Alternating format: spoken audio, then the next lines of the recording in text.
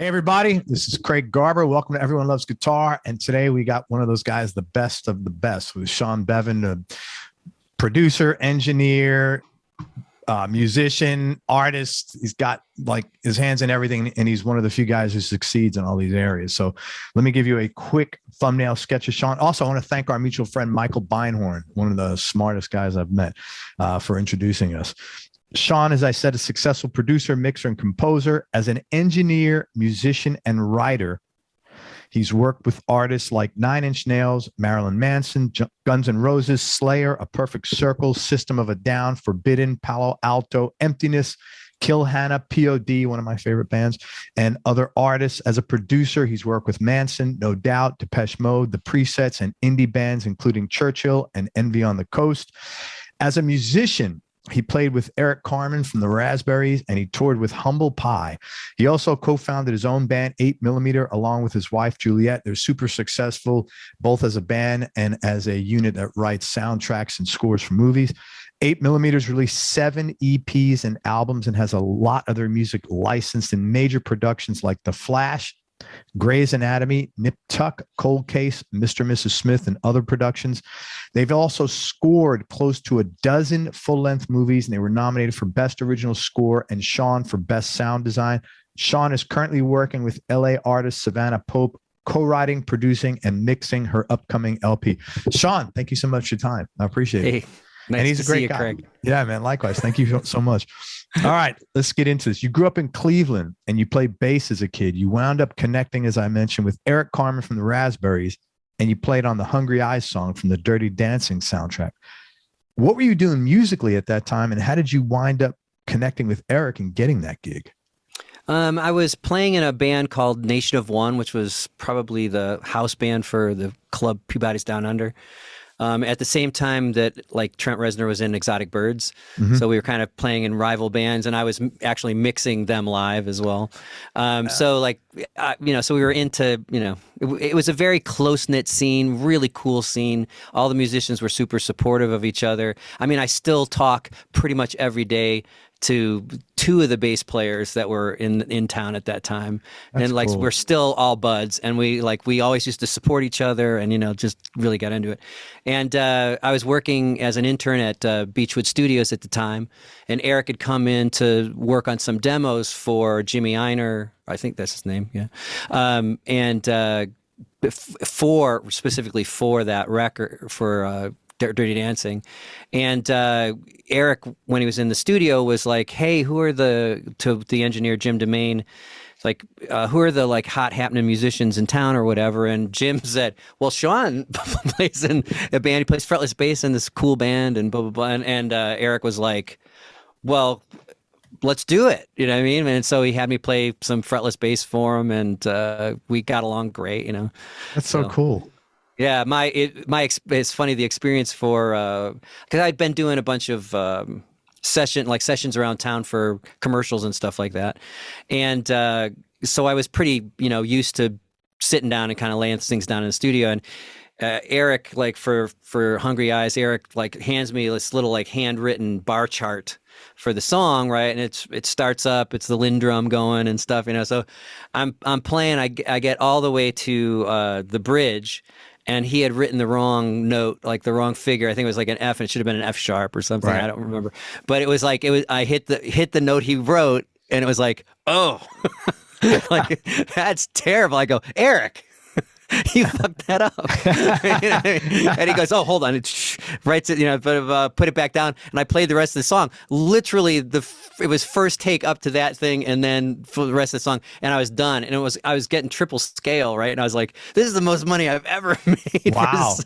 Like, boom, nailed it. So he was all like, you're going to play on everything with me and blah, blah, blah, So I played with them for probably a year or something, but it was super fun. You know what I mean? Like super cool. And, talk about being at the right place at the right time. I think I was tape opping when, he said, hey, who are the cool musicians in town? So, well, when you said you were an intern there, what made you do that? Like, did you actually, was that just like, hey, I needed some experience, I wanted to be in music, or I actually like this stuff and wanted to learn it? Oh, from the I think I've wanted to be a record producer since I was 8 years old. Wow. Like I listened to the radio, you know what I mean? And I got really into music, songs and stuff. And I really just started picking things apart. When I buy records, I'd read all the liner notes, do all the things. And I kind of started even noticing like the same producers like doing things I liked, you know, and like the one I remember first was Bob Ezrin. Yeah, of course. You know what I mean? And I just like everything he did, I really loved what it did and the sound of it. And I loved the fact that he could take kind of kitsch things and make them really cool. You know, Right. and in weird contexts, like, you know, you got a band like, you know, Alice Cooper, you know, who were heavy and people were scared of, you know, but like you've got horns and strings and, you know what I mean? Like, and weird background vocals and stuff. Like he brought in all these kind of crazy things that made it interesting and made it a journey. And so like I just started getting into that. And then I realized like, oh, well, a producer, I want to do that. I want to help like musicians get their stuff together. And at the time I wasn't even playing music, you know, I was just like, I just was really into that, you know, because I was a kid and I was in Catholic school. They didn't have a music program. Yeah, you know? yeah. Like and, back in the day, was that like back in the day with the nuns and they'd hit you on the oh yeah, the nuns with the rulers and the I That's old spent school, a lot of man. time behind a blackboard scraping my knuckles on the back of the chalkboard. Yeah, so it was that thing of you know, trying to figure out how to become a producer. Like I live in Cleveland; it's not like it's the mecca of entertainment, and so I just tried to figure out what to do. And so I ended up like getting, I think my sister, when I was a little kid, my sister bought me the Runt record with you know, Todd Rundgren, and I just started getting fascinated with Todd's journey. You know what I mean? Like, and I loved him. I loved the music. You know, that Philly soul thing he was doing was amazing, and he just started inspiring me, like to be like a producer. I could write my own music. I could help other people do their own music, and so I decided to go, like, become a musician, start writing songs, and work production in that way instead of like, you know, work at a studio, get, you know, become an engineer, become assistant engineer, Yeah. you know, engineer, whatever, and then producing whatever. I decided to do it the opposite way as a musician, and that worked for me. You know, like that I became part of the Cleveland music scene eventually, you know, working my way up. I mean, I started playing in like, you know, I like literally 11 years old. You know, Where did you get, like, that's pretty together to have the mindset at that young of an age to say, hey, I want to do this, and how can I pursue that? Where did that come from? Did you, like, were your folks like working with you on setting goal? I mean, that's very advanced. I think part of it's like just kind of the makeup of who we were as people. Like my dad was one of those guys that he was a middle manager in a big corporation, but everyone loved him. You know what I mean? And he had been an Air Force spy. You know, he was a crypto guy. Wow.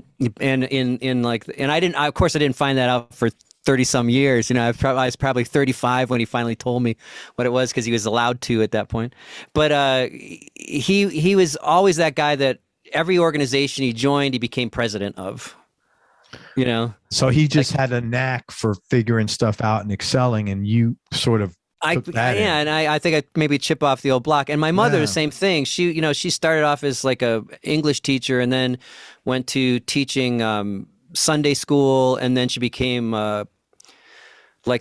she was head of the curriculum for John Knox Presbyterian Church, and then the district and stuff like that. Like my parents were all very goal directed, you know, ambitious, but not only in ambitious is in not in terms of political ambitions, but ambitious in terms of doing your best. Mm-hmm. Like that's all they ever cared about. You know, my dad taught soccer, and his thing was he didn't care if we won or lost.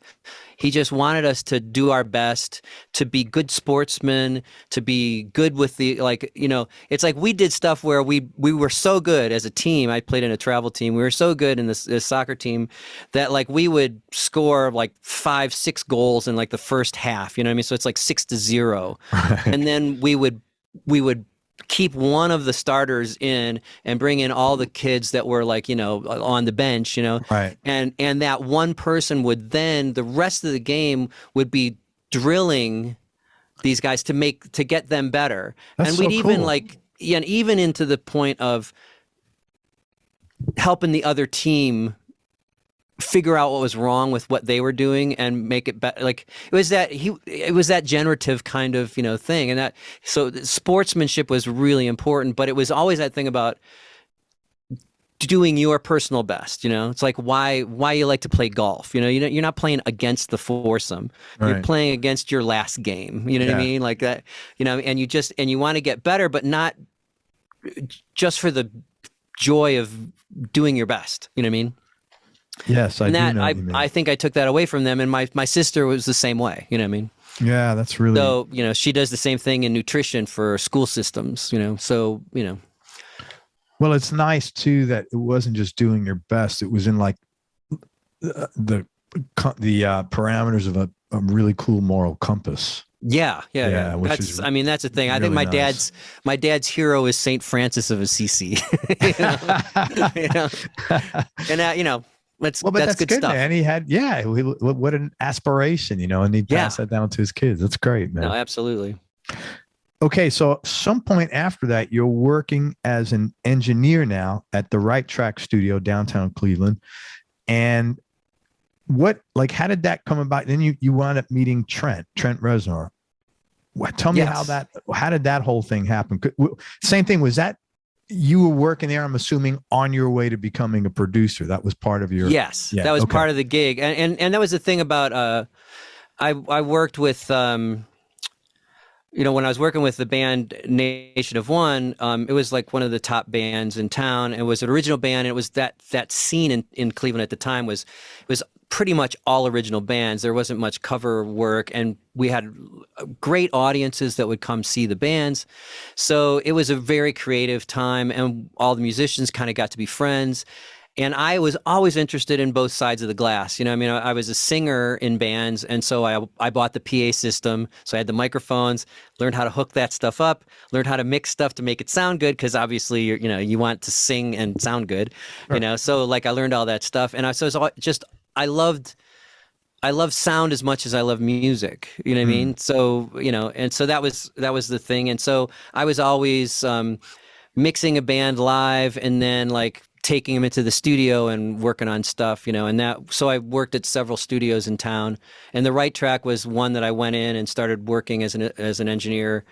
And so you were really hustling all over, like doing it was you definitely don't get anywhere by not doing anything. You can't just wait for stuff to happen to you. You have to do it.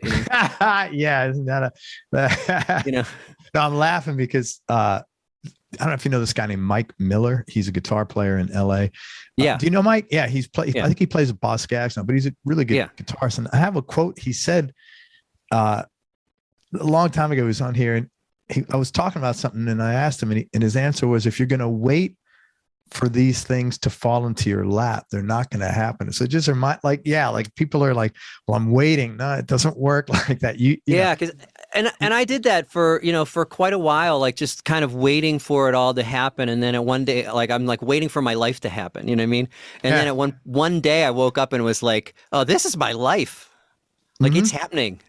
Yeah. I gotta do something. You know what I mean? Like I gotta push. Did something inspire that? Did something like part of it was a while before my sensei in karate was like, Sean, you dig too many holes, never strike oil.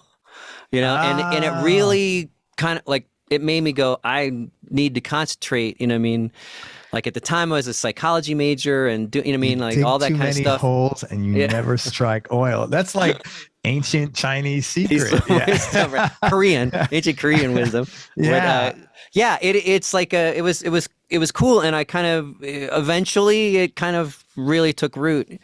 So like and I'm like a friendly guy, and luckily I was a pretty good musician.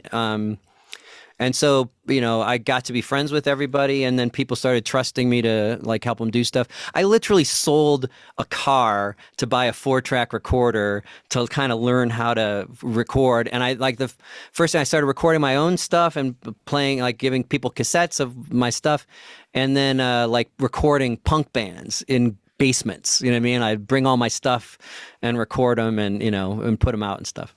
That is so cool, man. Yeah. So that was you do all that stuff, But that's what I love hearing, that the backstory, because like people, I don't know why people think shit just happens. Oh man, no. He just became a producer. Like what?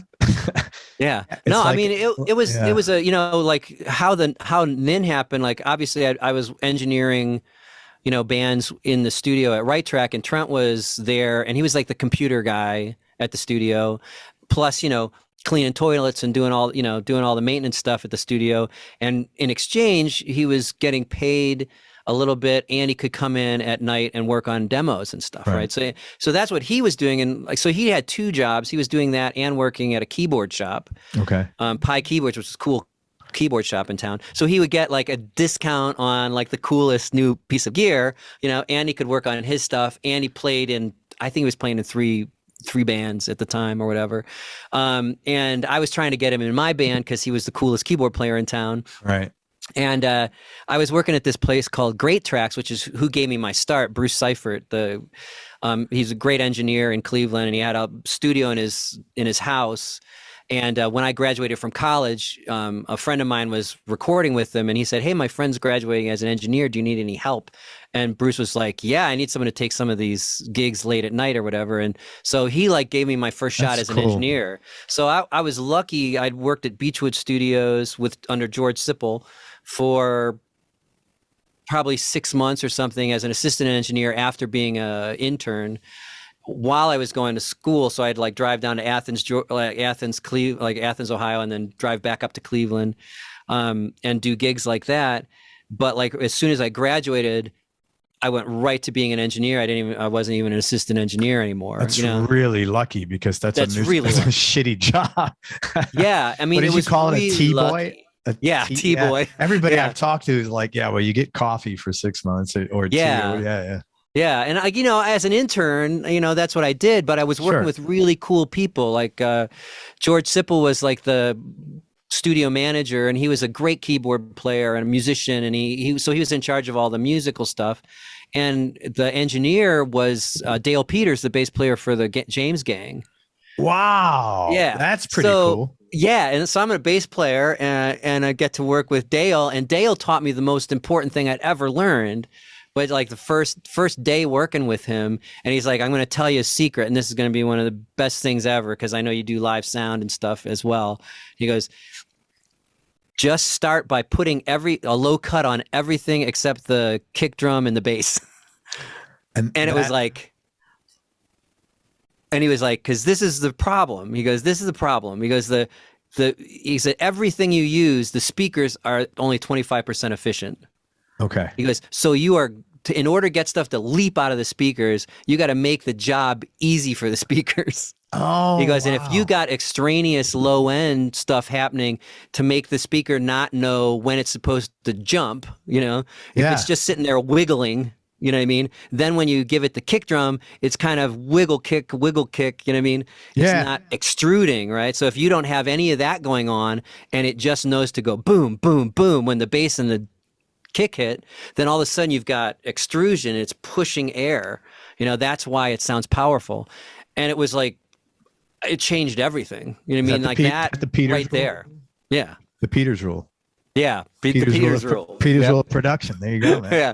It was really like one of those things where it's cool. like, and you're like, so these kinds of things happen when you're working with people. You know what I mean? You get like these nuggets. Right. That like, what I mean, like when, and so it made me like, also like, I knew a lot of interns and stuff, because, worked with them that just weren't interested or weren't connected, you know what I mean? And they'd let stuff like that pass by, or they'd be like, "Oh, he wants to say, he's saying something to me." You know what I mean? It's like, you learn so much from just the simple little things, you know what I mean? Stuff that it may be your entire career you never thought of. You'd never think of that, you know what I mean?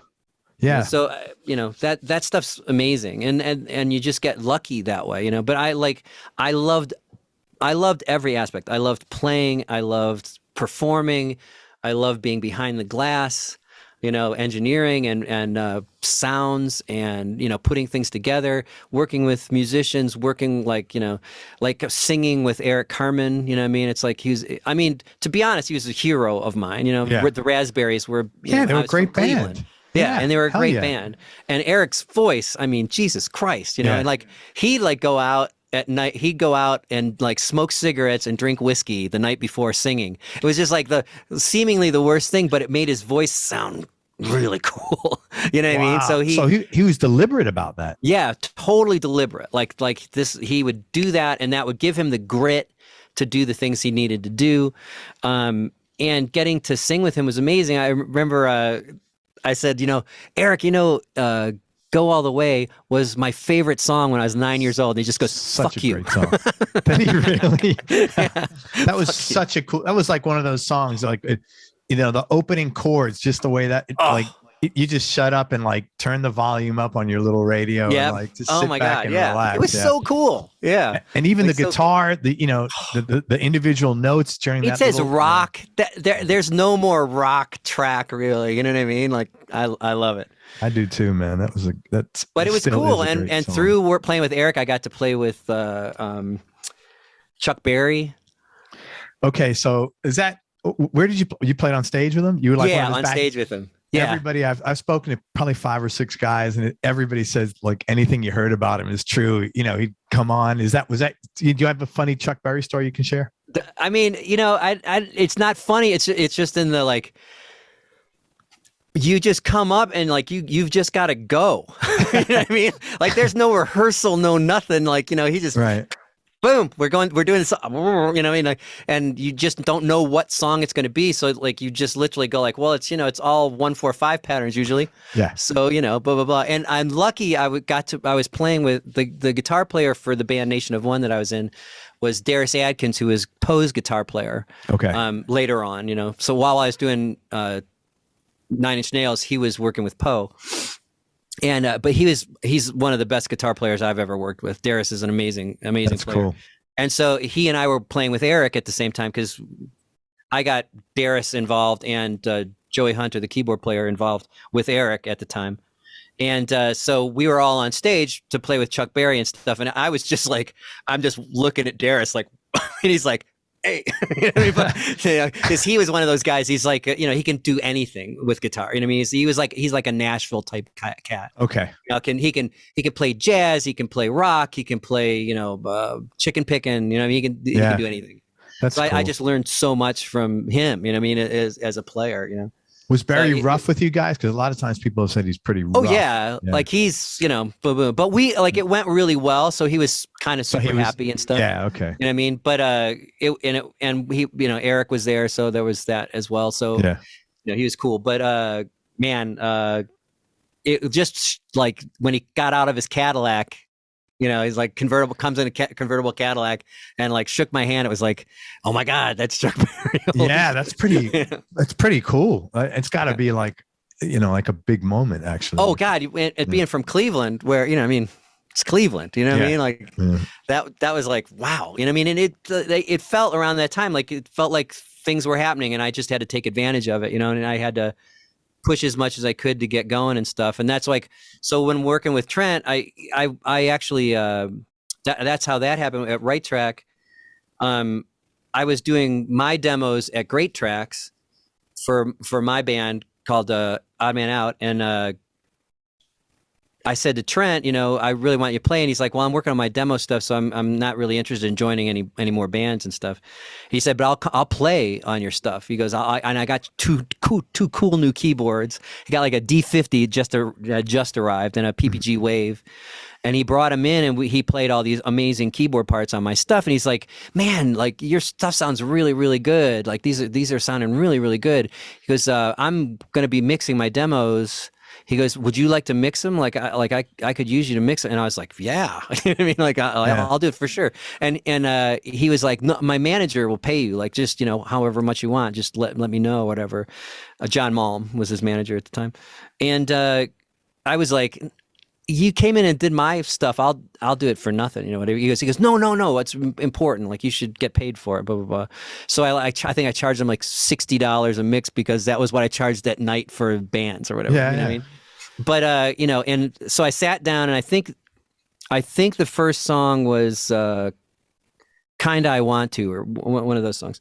And I sat down, brought the tape up, brought the faders up, listened to it, and turned around and I said, I will do anything to work on this and do whatever you need me to do. You let me know. Oh, so you knew there was something. I knew it was the best. It was the best stuff I'd ever heard. You know what I mean? Like, and it was like, you know, it was pretty much Pretty Hate Machine. You know what I mean? And so I was, you know, and it was just, and he was like, okay, cool, that's good to know, because he goes, you know, we can do that or whatever. So I mixed the demos. They got sent out, and Trent came to me and he said, just want you to know, every label came back with a deal.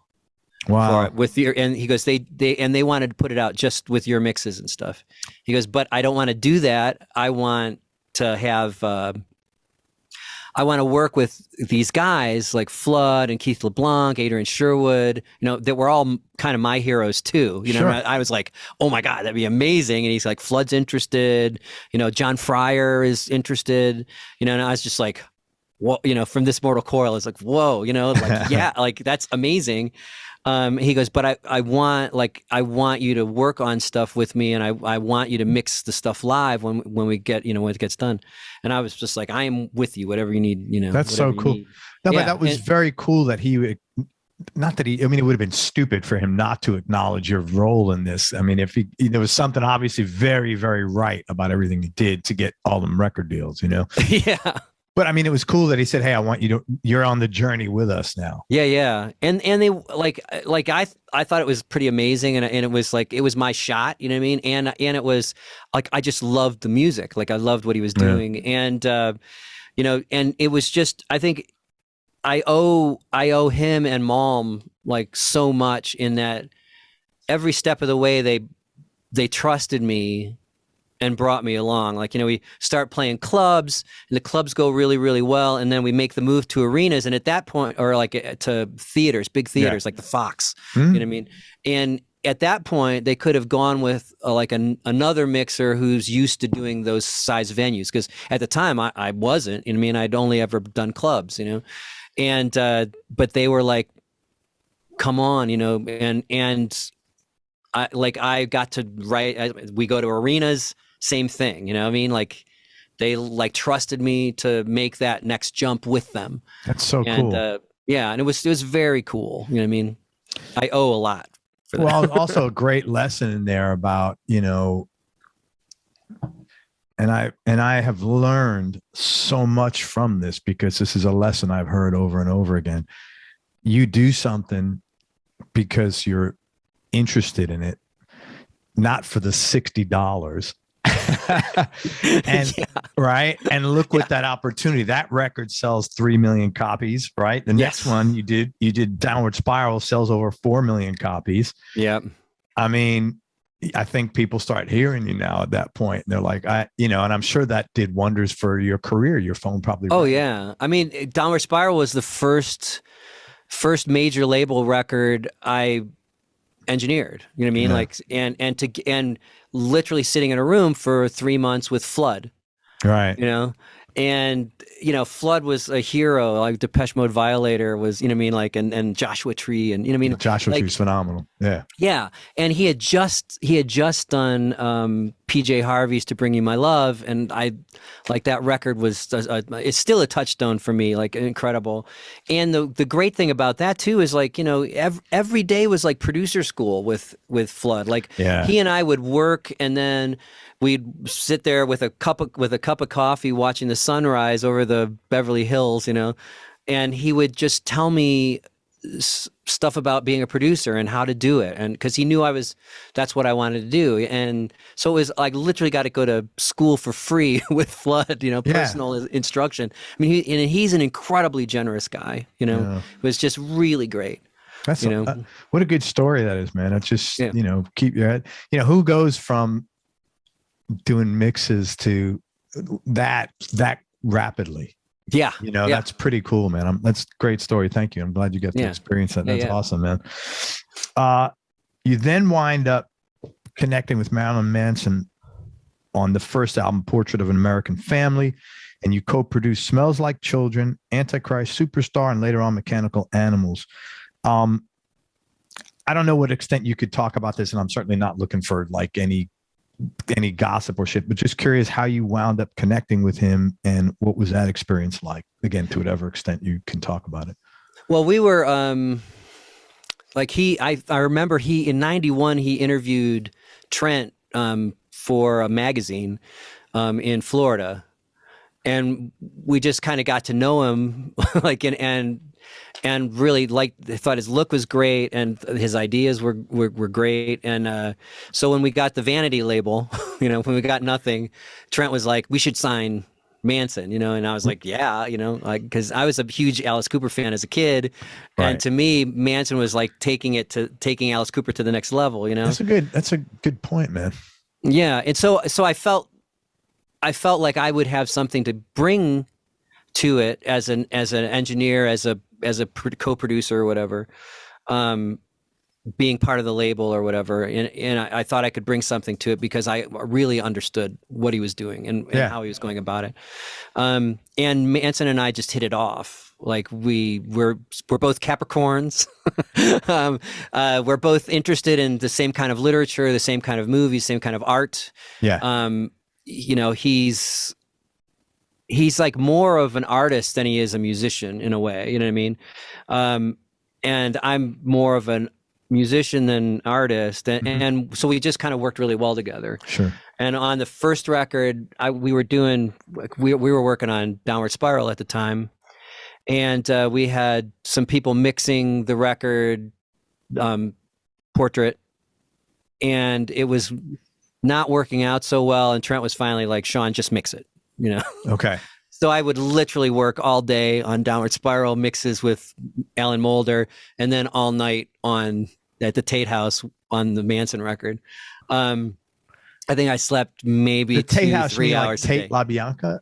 Yes, that's where that was like turned into a studio. Yes, we turned the Tate House into a studio. Yeah, that's kind of creepy. Got to tell you, it is super creepy. And to have Manson's first record there. But I was gonna say, but who else would do a first record there?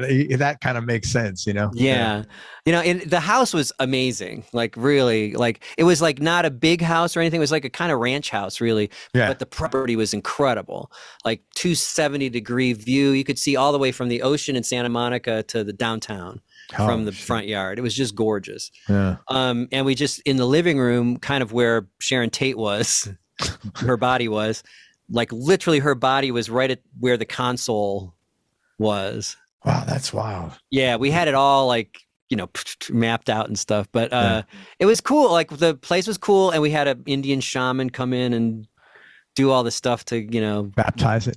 Yeah, and it was pretty, like, it seemed pretty cool until I was working on mixing the record by myself, and like I literally, like, Manson called me. He's like, on Snake Eyes and Sissies, like, he goes, I hate the drums in the chorus and the guitars, so replay them, like replay that stuff. I hate the drums, chorus. Yeah, the drums, the chorus, guitar. So replay it, you know. So I have, like, I'm setting up a drum set by myself at, like, you know, 3 a.m, you know, set up the drum set in the dining room. And I have to, like, you know, press record and run into the room, put on the headphones, play the drums, you know, go back, you know, and every time I'd press stop, for some reason the brakes on the Studer machines were not working. So, like, as soon as I press stop, it would stop, but then it would start to spool off. So the 2-inch tape would just start spooling off the reels, and I'd have to run up to the machine and hit it, and then the brakes would lock in, and then I'd have to spool the record back in. What like a pain in the and ass. It was all night while I'm playing this part, you know what I mean? And I just was like looking around going like, yeah, like, you're not going to get me. Yeah. You know? Yeah, that had to be creepy. Finally got it together, and it had this stuff work and stuff. But it was super fun. It was the first. That was the first record I really got to mix by myself, like major label record. Yeah. You know what I mean? And it was kind of in that circumstance, but I was super excited by it. And Manson and I we just really hit it off, like as friends. You know what I mean? And I mean, our relationship has lasted, 20 some years. You know what I mean? A long time. So that, even though you were working your ass off, that was a really exciking time for you because of all the cool shit you were doing. Yeah. Super exciting. Yeah. Cause I mean, Downward Spiral was finishing up, working like, and I mean, I was basically kind of working as Flood's replacement for when Flood left to go work with Nitzer Ebb. So I was working as kind of a junior producer on Downward Spiral at the time with Alan Moulder mixing. So that was super exciting because I was a big Alan Moulder fan. And so I was learning from him, like what he did as a mixer, right. And working in my capacity as producer where, Alan's like, oh, well, grab the faders and make those moves, It was just like, cool. Whoo, this is amazing. What was an important lesson you learned from that experience? With Alan, because everybody has their own things. I mean, Flood, his he's got this really direct focus, and like we call it, he's going in the lab. It's like put on the lab coat and like futz. And I realized that but that's what those English guys used to do. Didn't they actually put on lab coats, right? Oh yeah. Right. And we used to just kind of like make fun of him like that. But he was like kind of a mad scientist, and he like loved to get into the real like nitty gritty of like filter settings and distortions and blah, blah, blah. And that's how you made really cool stuff. And it was like that thing of don't be afraid to freaking go for it, turn those knobs, you know what I mean? And then to, when you have the eureka moment of like, this sounds cool, record it, it's not second guessing. It's like, do it until it sounds cool to you and record it. And if you feel like it sounds cool, the moment you record it, you're always going to feel like it's cool. Like okay. That doesn't change. It's the only time things change is when you're like, I think that's good. Like, I think that works. It'll always be to you. You know what I mean? That's a subtle thing, but you don't want to be like, I think we got it. You want to be like, this is amazing. We got it. That's where the energy comes from. Totally different vibe, man. Yeah. And from Alan, that's a good thing for everything. Oh yeah. Not just for your like whole mixing. life. Yeah. In your whole life. Like, yeah. I mean, it really is like, right. That's and that was the thing from Flood that I really learned, you know what I mean? Like that was a big deal. And from, Alan, it was as a mixer, the way he listens to things, he taught me that concentrate on what's great about something and then work on it. Don't concentrate on what's wrong with something and try to fix it. You know what I mean? I mean, obviously, if there's something really wrong with something, and you learn how to fix things. But that's kind of what you do when you first start working as an engineer. Like, I know how to fix things with notch filters and with whatever, de-essers and blah, blah, blah. Like that. That's the stuff that's the basic stuff. Like when you're learning, you know what I mean? It's like, in order to have any of these things happen, like all the stuff that happened to me wouldn't happen at all if I hadn't done the basic work in the beginning and then was ready every moment, everything that happened after that. You know what I mean? I was ready for this next step. Yeah. Like when I was going from,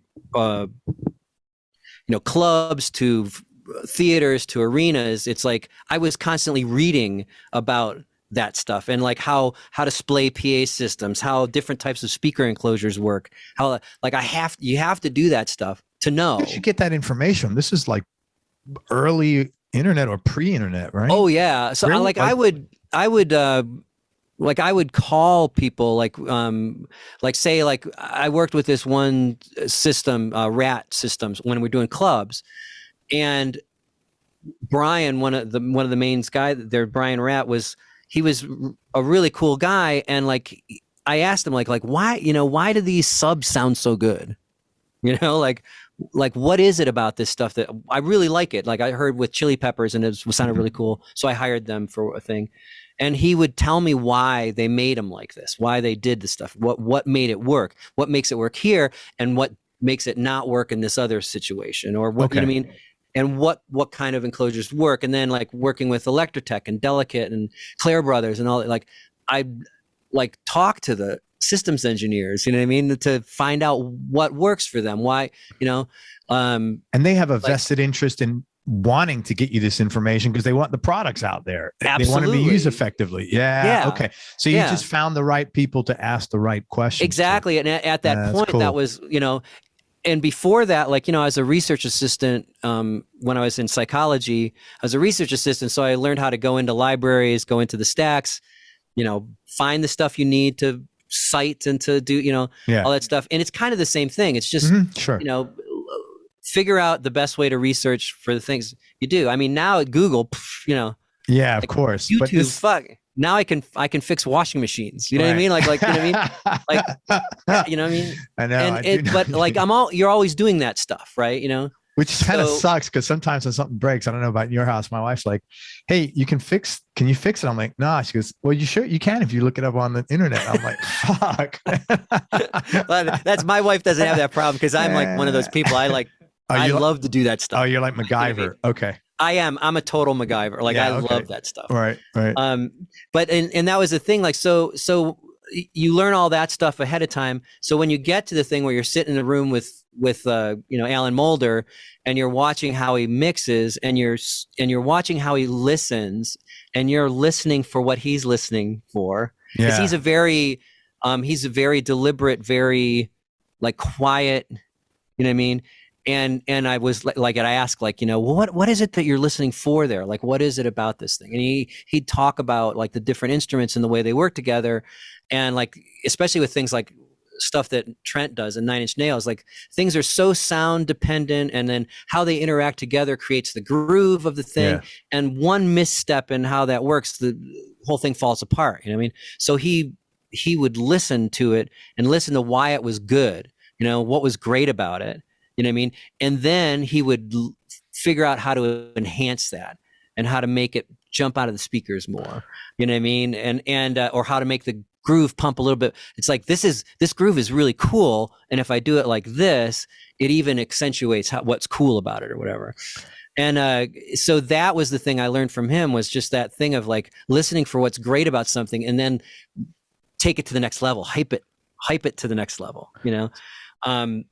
And we had some engineers that we worked with that made these mistakes where you have this kind of rough mix up and it's kind of grooving, you know what I mean? Mm-hmm. And they're like, they just pull everything down and then start with solo the kick drum, you know what I mean? And start tweaking the kick drum to make the perfect kick drum sound, and then perfect snare drum sound, and then put it all together, and then it's just garbage.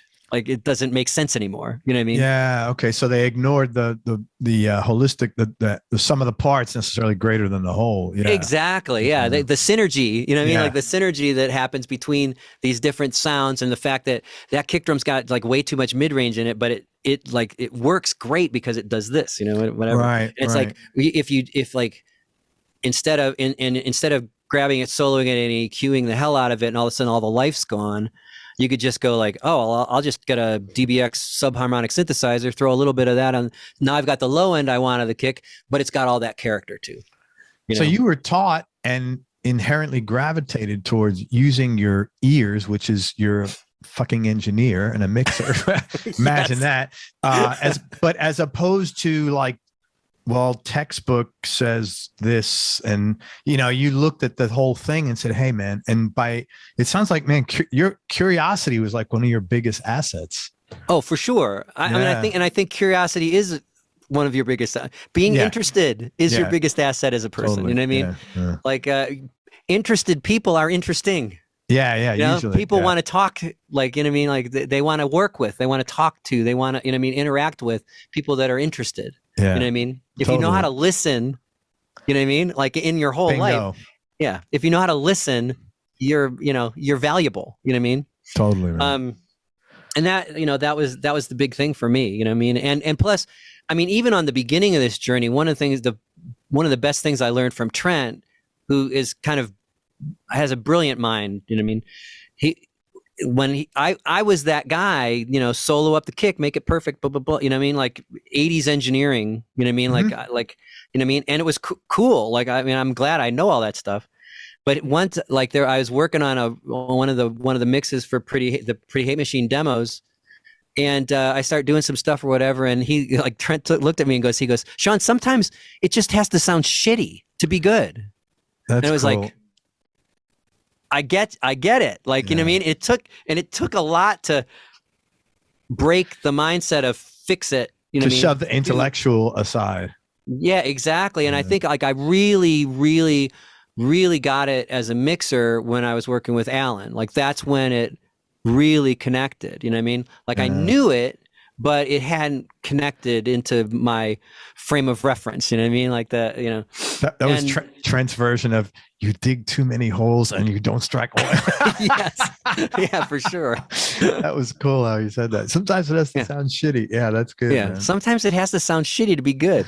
Yeah. You know, and it was like, oh yeah. I mean, that makes sense, you know. Very cool, man. Your enthusiasm throughout this whole thing is like very cool. You know, you can see why you were so successful, why you are so successful at this, because you're so excited by it, man. Yeah, I mean, because it's exciting stuff. You know what I mean? Yeah, it's way better than sitting on the couch. Do you ever regret not being like a psychologist? You said you studied psychology, or were you going to? Yeah, I did. What was your original studied psychology. Plan? My original plan was to be a professor, actually. I wanted to work as a professor. I'd probably have a better nest egg right now, retirement wise, but as a psychologist. But I mean, you certainly as a producer, you get enough psychology going. You know what I mean? Like, I mean, I use it every day. Like, I got to say, it's like, you know, it's as, you know, plus it's just interesting. You know what I mean? Like, I'm interested. I like science, you know, like quantum mechanics, you know what I mean? Like things you're just interested in, you know, cosmology and stuff, you know what I mean? And all that stuff feeds, you know what I mean? Like, and the kind of the more hobbies you have intellectually, the more interesting you are as a person, the more you listen to other people because you read stuff and you listen to people and you listen to lectures and you do, you know, all that stuff feeds, you know what I mean? Yeah, I do. It's awesome. For each one of these artists, tell me how you first wound up connecting with them and maybe a cool or interesting story about working with them. Start with a Perfect Circle. Billy Howardell was the guitar tech on the Downward Spiral tour. Oh, okay. That's interesting. Yeah. So, and he and I used to play Yahtzee together. Yahtzee. Yeah. I remember that. I used to play that. Yeah. I used to play that, on the tour bus, you know? Yeah. So we were on the same bus because all the backline guys and the front of house and the lighting designer were all on the same bus together. Okay. So I spent a lot of time with Billy, and Billy was always working on like 4-track stuff, and he had been Billy Corgan's guitar tech, and he worked with Tool, so he's friends with Maynard, and he and Maynard had struck up a kind of collaborative thing, and so Billy was always working on stuff, and he was always and he would ask me things about like what I thought of this part or that, you know, blah, blah, blah. And when he ended up doing the Perfect Circle stuff, that was, you know, I remember him giving me a call and he was like, can you come in? We're doing vocals with Maynard, and Maynard's kind of concerned about something, and I thought you'd be the guy to come in and talk to him, you know what I mean? So I came in and talked to Maynard about, you know, what he was doing, because he was a little bit concerned because what he was doing was so different than the stuff that he was doing with Tool vocally, like melodically and lyrically. The vocal was taking a little bit more foreground than he was used to. With Tool, he liked it to be part of the instrumentation, you know what I mean? Yeah. And he was a little concerned about where it seemed like it was going with Perfect Circle. And so I just came in and kind of gave him, you know, my take on what I thought it was like and stuff, and what I thought he was doing and what I really liked about it, and why I thought it was important creatively for him to do this, and why I thought it would be interesting for fans as well, you know. And it worked out. He kept going and did what he did, and you know, the records are awesome. Yeah. And eventually, like, I ended up mixing a bunch of records for them. Yeah. So And all their mixes, I mean, their mixes and everything on that is the recording on that is first class. Oh my God. Yeah. I mean, the original stuff is amazing. And like, I got to work, I mixed 4 live records. One is their live at Red Rocks. And then, they did a couple successive nights where they'd play an album, you know what I mean? And so I did every one of the albums, but a live versions of it. That's great. Which has its own, it has its own specific challenges, you know what I mean? Obviously, like you fix a guitar part here, do it, you know what I mean? Little issues that go in or whatever, but it was super fun and really fun to do, you know? Awesome. GNR, what'd you do with Guns N' Roses? I produced Chinese Democracy for 2 years, which in the scope of Chinese Democracy was not really that long. Cup of coffee. Yeah, it seemed long to me, you know. Like, I bet. Yeah, I mean, I thought I was going to go in and do, you know, my usual, 3-4 months, you know what I mean, and get, you know, we did like, I think within 4 months we did 35 songs, and the band at the time when I worked with them was Josh Freese on drums, Tommy Stinson on bass, Paul Hughey on guitar, Dizzy on keys. So that was kind of the basic band or whatever, and Robin Fink on guitar. And that's how I got that gig. Was Billy Howardell was working as a guitar tech, and then he started doing like Logic programming, kind of writing songs with Axl, like there's kind of the main control room and then a smaller control room, and that's where Billy was working with Axl. And so Billy and Robin started talking me up to Axl, you know, and Axl he was a big Nails fan. Okay. We did a couple shows with them in Europe back in the day. One of which Axl didn't show up to. It's like 84,000 people in Mannheim, Germany. What happens in this? I mean, again, I'm not looking for gossip, but to whatever extent you can talk. It was pretty awesome. But we played our show. It didn't go over that well with the Guns N' Roses fan in Germany. I think they were holding up sausages, going, "Not, you know, Guns N' Roses, Guns N' Roses." And so we played it. We're sitting backstage, and was it Skid Row was playing in front of us or whatever, and Skid Row came down and they were like hanging out with us in the dressing room and stuff. Sebastian's like super high energy, you know, guy, like pretty crazy at that time. I mean, he's a super nice guy, but he just kind of, you know, wacky. And we're like, man, it's been a long time since we ended, you know, like, and Skid Row ended, like, and they're not going on yet or whatever. And then there's all this commotion backstage, and our tour manager comes running and he goes, "Everybody get on the bus now." Like, oh, so like get out of Dodge. Like, oh, okay, you know. And so he gets us on the bus, and we're driving out of the stadium or whatever, and we see all these police kind of come in, and then a cop comes on and like gets on our bus, starts looking through our bus and stuff, and we're like, wow, what the hell's going on or whatever. And the cop leaves, and we end up being able to drive out and stuff, but our manager our tour manager Mark O'Shea says to us, he goes, so Axl is in Paris. Wow. It turned into a huge riot. Like, it's pretty crazy. Like the fans rioted, the people at the stadium. Oh God. Yeah. Yeah. Holy smoke. Yeah, it was crazy. But so that's we got why out. You guys had to get the hell out of there. We're like, we're not going to lose our gear. You know? Yeah. We had to do a whole club tour at that point. What year was this? Yeah, it was pretty crazy. But yeah, so but I knew Axl was a huge Nine Inch Nails fan. I used to wear a Sin shirt all the time and stuff. Yeah. And so I met with Axl, and we hit it off really good. Like, we're exactly the same age, and his touchstone music is kind of my stuff, Queen and, you know, stuff like that. We were both Queen fanatics, you know. And so like we just hit it off, and I did like 35 songs with them, and but Axl people kept changing, and then he'd like, I want to redo the drums now that Brain's playing drums instead of Josh, so you had to re-record all the drums and blah blah blah. Eventually I left, and what's his name, Roy Thomas Baker took over, which was cool. And Roy ended up doing a bunch of stuff with them.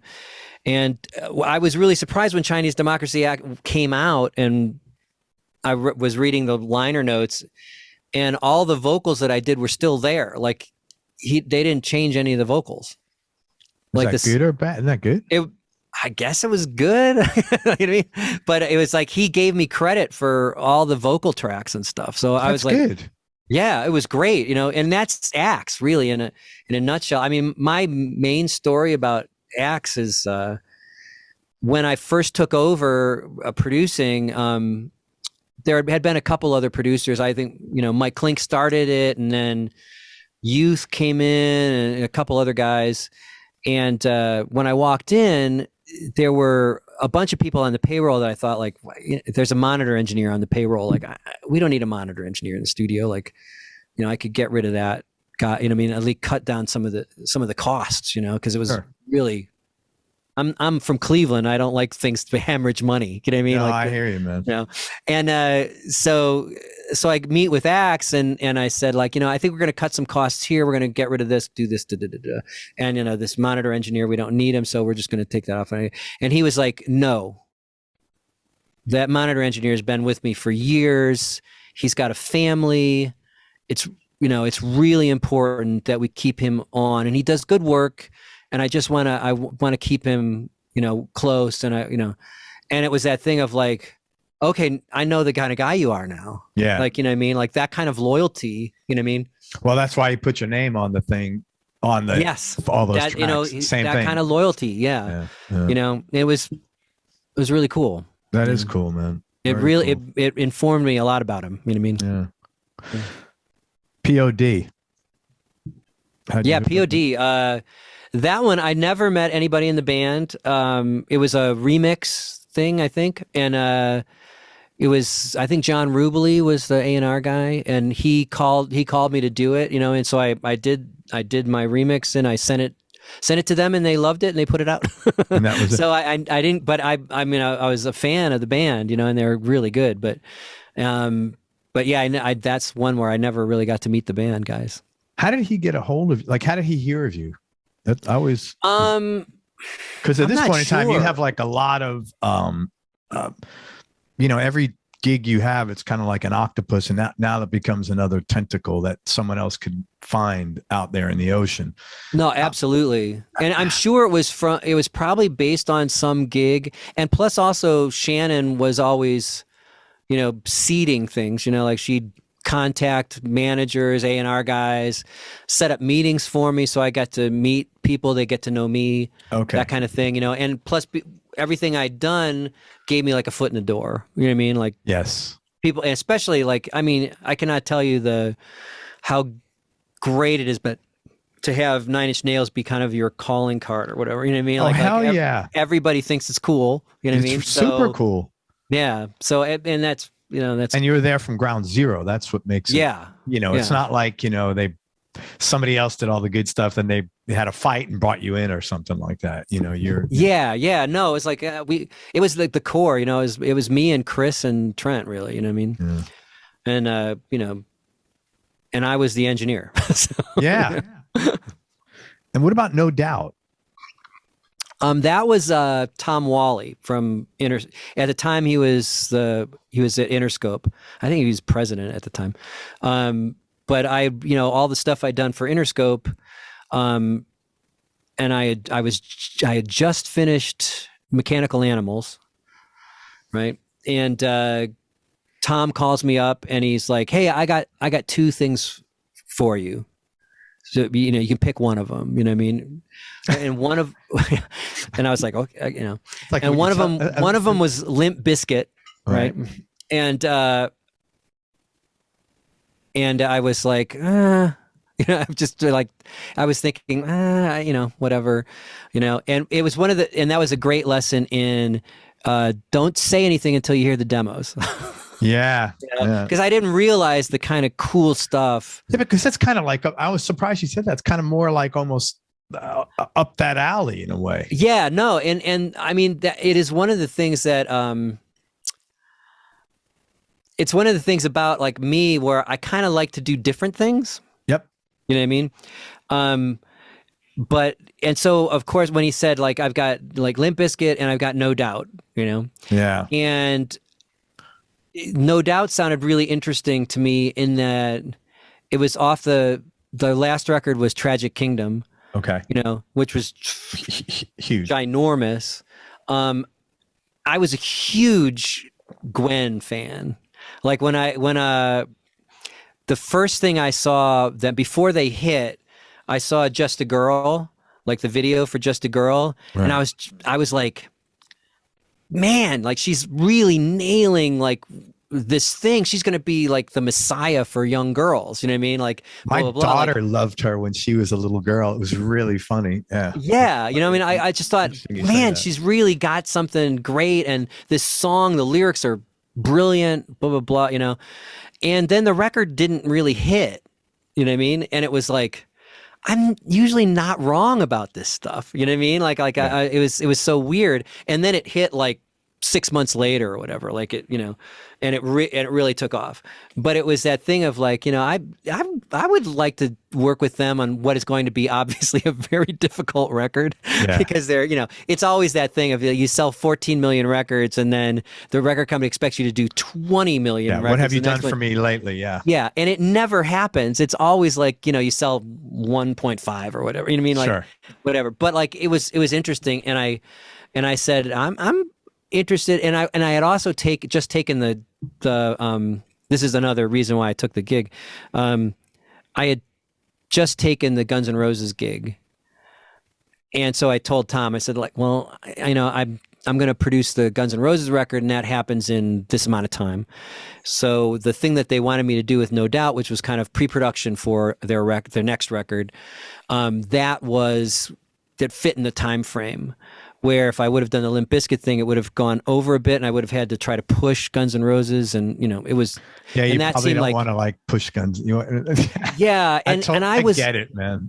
Yeah, and I was really reticent about doing the Guns N' Roses gig in a way, like to the point where David Geffen called me personally. Well, if you're comfortable, what were you reticent about? I knew it was going to be like a pretty long period. Okay. You know what I mean? And I had just come off of working with Manson, where I think Mechanical Animals was like an 8-month thing. You know what I mean? And Downward Spiral was a year or so. You know what I mean? It's a lot of time. It's a lot of time. And I was more interested in kind of going in and doing, I had just moved out of kind of working with an artist for a long period of time. Because with Trent, I worked with him over 10 years or whatever. And it was like that, we'd work for like crazy in a studio for 2 years or whatever. And then we go out on the road for 2 years. And then we go back to a studio. You know what I mean? So it was, I kind of wanted to get out of that life. And, Yeah. I get that. And so I was a little reticent. But, so David Geffen had called me and kind of convinced me to do it and stuff. And after seeing the documentary, he convinced me. I'm thinking, how big was the check he wrote? That's what he gives me. That's how he does convincing. Yeah, that's what I'm. Not a bad way to be convinced if it's the right thing. Yeah. And so I was like, I don't like. So I was like, the that seems to be the thing. Yeah. To do the, and I had a blast working with them, and Gwen's super, super sweet. I love Tony. Like Tony and I got along great. Adrian is awesome. Like Tom is a great guy. Like they're all really interesting people and stuff. And Tony's like he's kind of like a creative accountant. He's Okay. like, he's just all concerned with the business of the band and, all that stuff. But he's also very creative, and he's a real stickler for what the band's about, and all that kind of stuff. Adrian was super fun to work with. I mean, we ended up working together on Return of Saturn, like when they were. So we did all the pre-production kind of. I figured out what songs they were going to do, all that stuff. We kind of did demos of them to get it together, and then in the song "Magic's in the Makeup," we did that there, and they ended up using the demo as the final version. That's pretty good. Yeah. And we did it at SIR too. Oh my God, at the rehearsal space. That's wow. Yeah. So it was really fun, and I got to meet Gavin like at the time. So they were really nice people, and I I really loved working with them, you know. And I ended up doing another thing with during Return of Saturn. They were working on the single Ex-Girlfriend, and they were running into some issues where it just wasn't they just couldn't get a thing to click, but they knew that it was hooky, but they couldn't make it into a thing. You know what I mean? Like something that, and so they, you know, brought me in to work on it with them, and so I got to like, you know, hang out in Ocean Way, you know, with Adrian, coming up with cool drum beats and stuff, you know, like the break beat that he plays in the choruses and stuff is what we kind of came up with for that. And I was sitting on the floor with Carl DeFleur was engineering, and I was sitting on the floor with a wah-wah pedal and a distortion pedal, running a snare drum through it, and, you know, creating that cool sound and stuff. And so it's super fun. And they always looked to me like to do something kind of cool and interesting. They brought me in to do I think the song is Next or Go, from a movie. I can't remember. The movie's either called Go or the movie's called Next, but with Jerry Harrison producing. Okay. And I did the same kind of thing where I came up with some cool programming for synthesizers and some cool distorted sounds for drums and stuff. But it made itself I knew it was going to be a really interesting collaboration, and I can kind of do some things to kind of get them excited to make their new record. You know what I mean? So that was cool. You know. So it all worked out in the end. Yeah. That was a good one. Yeah. They asked then, and it's funny, at the end of it, they asked me to engineer with the guy that was going to produce the record. Jesus Christ, his name's escaping me right now. But he did, you know, Jagged Little Pill with Alanis Morissette, and right. You know, great songwriter, producer, and it's just. Is someone's husband who's an artist? No, he's like a pretty famous songwriter, producer. God damn, I can't remember his name at the moment. I'll figure it out or whatever. But yeah, they wanted me to, but I couldn't do it because I had to go do the Guns N' Roses thing. Right. But you know, it was that kind of relationship where they kind of wanted to keep me around for a bit. You know what I mean? That's awesome. So, yeah, it was cool. Yeah. When did you moving out to LA? Was that a natural evolution of working with Trent and then with getting busy out there? Yeah, because we lived out here obviously during the Downward Spiral stuff when we were recording Downward Spiral and doing the Manson record, the first Manson record.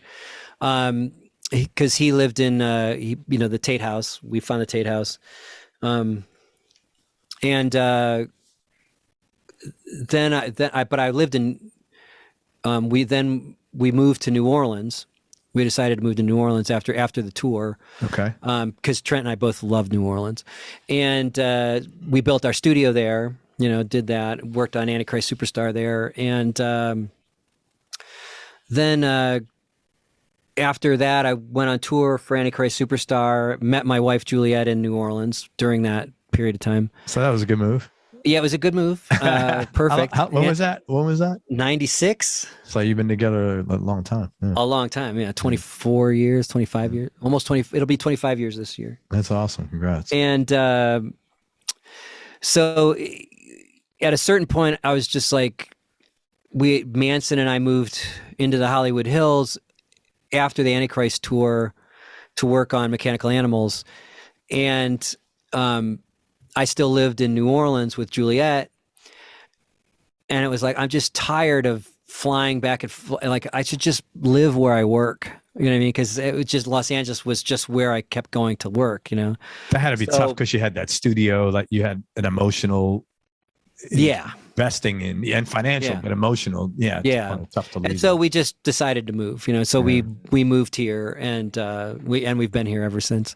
Yeah, you know. And I love Los Angeles. Like, I love it. During COVID, we've moved a little outside of Los Angeles, up in the mountains, and it's gorgeous. Like, I love it. Well, you could probably get out and walk around there now, right? I mean, or during COVID. My God. Yeah. It's beautiful. We live right on a lake. That's gorgeous. Cool. Like, yeah, that's cool. I love it. The studio is amazing. I've got 2 live rooms in the house, and it's great. That's great. Yeah. Tell me, I want to ask you about 8mm. Before, knee-jerk reaction, top 3 musical experiences you've had. Oh, hold on. Some of these, were so good question wise. I've decided to. Well, thanks. I decided to write them down, and I just wanted to have. The list stuff always people write it down because they're like, yeah. Yeah, when you're put on the spot. On the spot, it's like, holy shit. Yeah. So the number one was being part of the Cleveland music scene in the 80s. Like, it was such a fun scene. We were all doing our own music, whatever we wanted to do. The 80s was an interesting time anyway, because it was post, kind of classic rock period. So everybody was like, you can kind of do what you want. You know what I mean? You don't have to be a virtuoso guitar player and a virtuoso contratenor, sure, to play music. You know what I mean?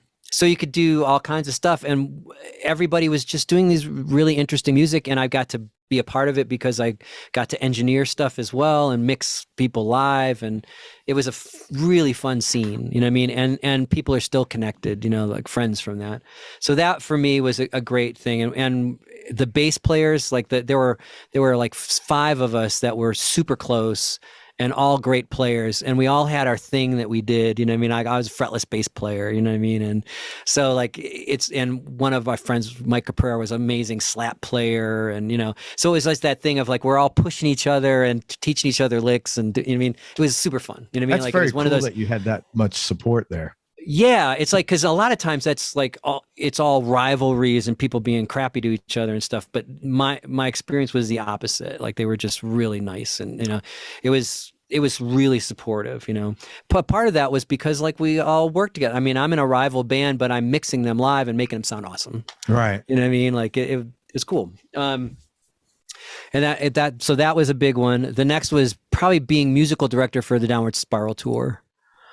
I was the guy rehearsing the band, just, singing the songs for the band to rehearse to and stuff, because Trent was, doing a million things to get the tour ready with the lighting designers and the set designers and all that stuff, So, I like would teach the keyboard player what he had to play. I'd sample all the stuff in for him, lay it out on the keyboards, do all that stuff, teach Robin the guitar parts, teach, like it's like they'd kind of learn some of the parts themselves, and then I would show them how Trent played it, you know what I mean, to make it more authentic.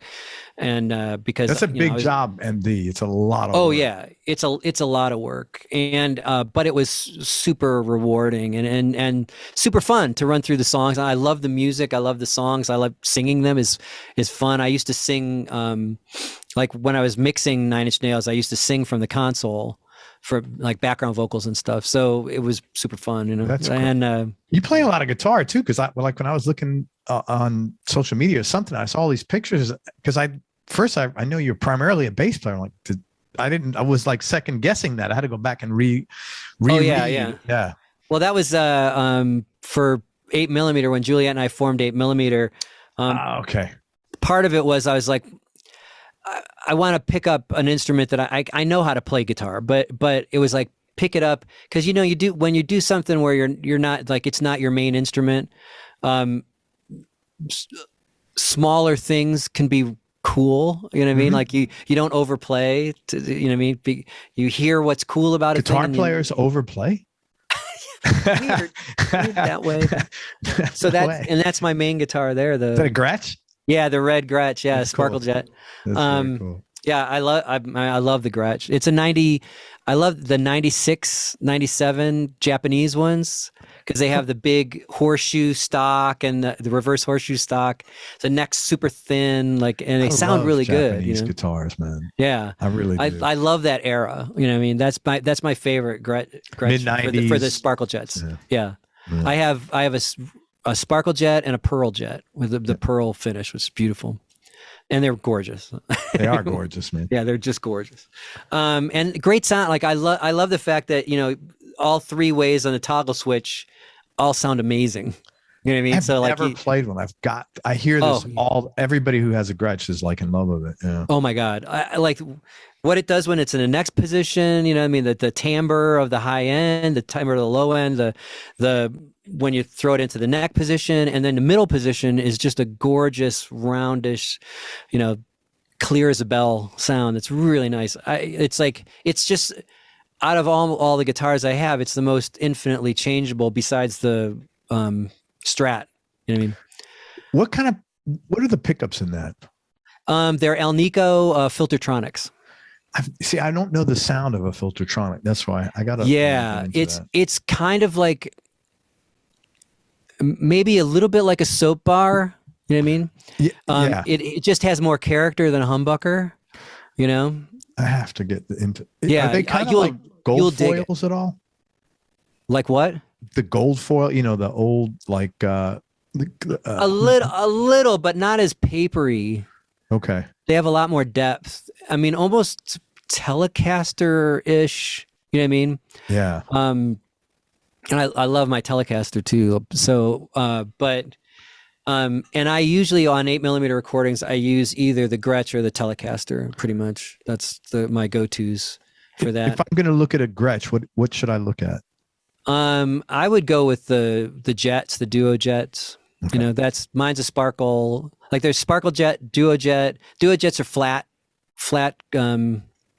just single color. You know what I mean? Yep. The Sparkle Jets have the sparkles, and then the Pearl Jet was the one with the mother. Oh, hold on, yeah, man. Let's see some guitars. Yeah. Wow! Holy shit! I mean, that's like the Liberace of guitars, man. That's pretty flashy. Yeah, right. With the Bigsby tailpiece. Yeah, man. That is. It's got the Filtertronics. That's so freaking cool looking. I can't believe that. I love it. And the headstock with the reverse horseshoe. And it's the necks on those are thin. Yeah. Okay. It's tiny, and they're wide but thin. From thin width wise. So that's my favorite. So. Okay, so I should look at a Duo Jet, and then you're recommending from the mid '90s. Yes. Okay. Yeah. To me, 96, 97, that's the best. Okay. Like I love those.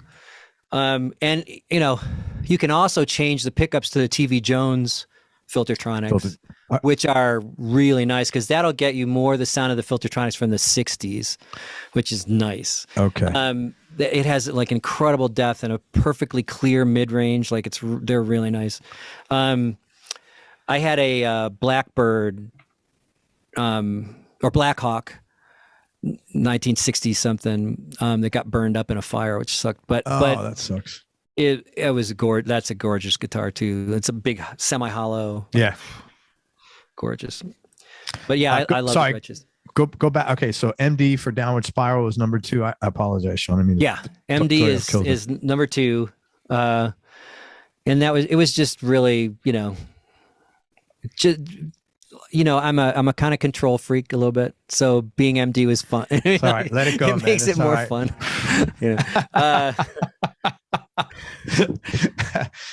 Being a control freak's like a blessing and a curse, Yeah, exactly. Yeah. For me, it's been pretty good so far. So good. But then forming 8mm really, like, because it's obviously the reason why we did it was Juliet and I had been married for about 7 years, and I was producing Kill Hannah at the time, and she used to come in all the time and hang out with the bands. I mean, she's from New Orleans. Everyone loves her. You know what I mean? Right. She's just she's the greatest. And right at the end of the thing, where on the last day, and John Rubley, the A&R guy, comes in and he's like, I really want female vocals on these 2 singles, plus all the samples we have to replace them. So someone's got to replace all the female samples, And I was like, okay. And so I'm going through my Rolodex trying to find background singers. No one's available. Like, I can't find anybody. And right then Juliet walks in, and we were supposed to go to dinner together for like kind of last day of the session or whatever. We have a nice dinner. And I was like, come here for a second. I put her in front of a microphone. I'd never heard her sing, but she's from New Orleans, Oh. And I was just like, and it's like, I'm a wizard, with the, it's a female texture, blah, blah, blah. You know what I mean? Yeah. I could figure out how to make it work or whatever. And so we get her in front of a microphone, and I tell her what to sing. And I go back into the studio, and Critter, my engineer, is there, and he like presses record, and Juliet starts singing, And we both like looked at each other like, so she'd never sang before. She'd never sang before. And I swear to God, when she started singing, I was like, it's like Amy Mann is standing there. You know what I mean? Like, oh my God, you know what I mean? And so it's amazing. And then we had like a Marilyn Monroe sample that had to be redone or whatever. So, and I just had her do it, and she like just killed it. Like, is she an actress? Like I have no idea. Like I had no idea she could do these things, you know? Right. And she walked like into the room, and she was like, I hope that didn't suck, because I really liked it. You know? Oh, okay. Yeah. And I said, well, we should do something together. Like we should see if we can write together. You know what I mean? And it was like one of those things where there was so much cool music going on like television and film at the time. I had been thinking about writing some like instrumental stuff and like I sing too, but like I'm just not that interested in telling a story myself usually.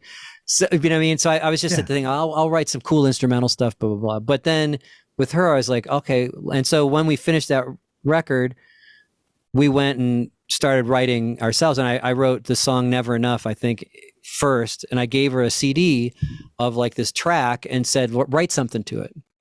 You know, like, in other words, lyrics or lyrics and okay. melody. You know what I mean? Okay. Like I'm like, if you're gonna sing, you know, like you got to learn how to write melody. Yeah. Let's see what happens. You know. And so she came back. Got in the car, because I told her to get in the car and drive around, because you know that helps. Like take a shower, drive. You know, do something left brain activity so your right brain kind of opens up. Yeah. And so she comes back and she has this whole story and starts telling me the story. And then I said, like, okay, well, let's sing some of it. And she gets to the bridge and I'm like crying, like just like how beautiful the melody was and stuff. So, and it was like, I think this is going to work out, you know? So and that's how we ended up writing together. And we really have a great time doing it. So it's like, wow, what a story. That's like, so not normal. I don't mean that in a bad way, but not like conventional is probably a better word of saying. No, I mean, it like people were always like, you didn't know she could sing? Like, I'm like, I mean, I'd heard her like sing under her breath in the car, you know what I mean? Like it wasn't like she was completely tone deaf. I knew she wasn't tone deaf. Right. You know what I mean? Right. And she's from New Orleans. So, you know, wide breadth of musical knowledge. I mean, those people from New Orleans know a lot of music. I mean, they know music. You know what I mean? Yeah. Like just even normal people on the street know more about music than most people do. You know? Yeah. That's a whole musical town. Yeah. I mean, it's a thing, you know, so, you know, so her references are great. And like lucky, she's much younger than me. Like she's 12 years younger than me, but her brother was my age, like her older brother. Okay. So she grew up listening to the same influences. She grew up listening to all the same things, the same movies, the same, you know what I mean? So, you know, I owe him, you know, made the perfect girl for me. That's awesome, you know? man. So, yeah. And you guys have put together 7 EPs and albums so far. Yeah. Is it any challenges about working with your spouse? Because you know you have dynamics of your relationship, but now you have to bring them into work, and I don't care what the work is. This happens to be songwriting, but no, and it's like one of those things where it should have caused divorce really for most people, but I mean the hardest thing is that sometimes I get mad at her, like in it's like stupid, but I get like, I'm really good with clients and stuff, but like with her, I know what her potential is. And like, it, you know what I mean? And so like, I'll do something and I'll be like, oh, like I shouldn't have said that. And she'll like start tearing up, you know what I mean? And it's like, oh, I'm going to lose a whole day. Because her nose is going to be stuffed up now. And you know what I mean? But it is also like, oh, you were kind of a jerk. You know what I mean? Like, but it's funny that pretty close to the only time we argue is when we're working together and the music. Like I could see that. Yeah. I mean, but it's but our arguments are mostly all creative. You know what I mean? And they're the things that push you. Like she'll be like I'll be doing something, blah, blah, blah. And she'll be like, I don't think that works. Like that, to me, it's going the wrong direction. I'm like, let me finish it. Like, let me finish. I'll play it for you, whatever. Blah, blah, blah. But then she'll say something and then I'll be like, oh, she's right. Okay. You know what I mean? And Yeah. so she functions, and we've come up with this kind of dynamic where when we're working, she's pretty much the producer. Okay. The exec producer. You know what Yeah. I mean? And she keeps the big picture in mind, and she keeps the picture in mind of the lyrically, like she has this movie in her head, you know what I mean? And so all the stuff has to support it. So like when we went to scoring films, it was just such a natural transition because it's exactly how we work normally anyway. You know what I mean? Okay. So it's like, and she always has the big thing, and I'll be like watching a picture, and I'll be, playing the piano or whatever for this scene, and I'll get through the part or whatever, and Juliet will be like, that works perfect, and I'll be okay, cool. Let me fix the things that I screwed up while I was doing whatever, and I start fixing things, and then she's like, it doesn't do what it did. Like now it's going away from what it was, and she brings me back to like, oh, this is actually important. Like this thing was important the way I did this, and then I'll do better things as far as fixing things instead of getting into engineer head and musician head. It's more like I'll try to keep that perspective of emotionally, this is really setting the scene. You know what I mean? And it's like, and you like when you. Like I was like, oh, I had a little trouble transitioning to this chord or whatever, so it took a little longer than I would have liked it to or whatever. It's like she's like, no, you were watching the screen, you did exactly what it needed to do there. You know what I mean? And having that perspective is invaluable. You know what I mean? And so her strength, and what I'm hearing you say, is more scoring to picture and managing the flow of the emotions of the pic.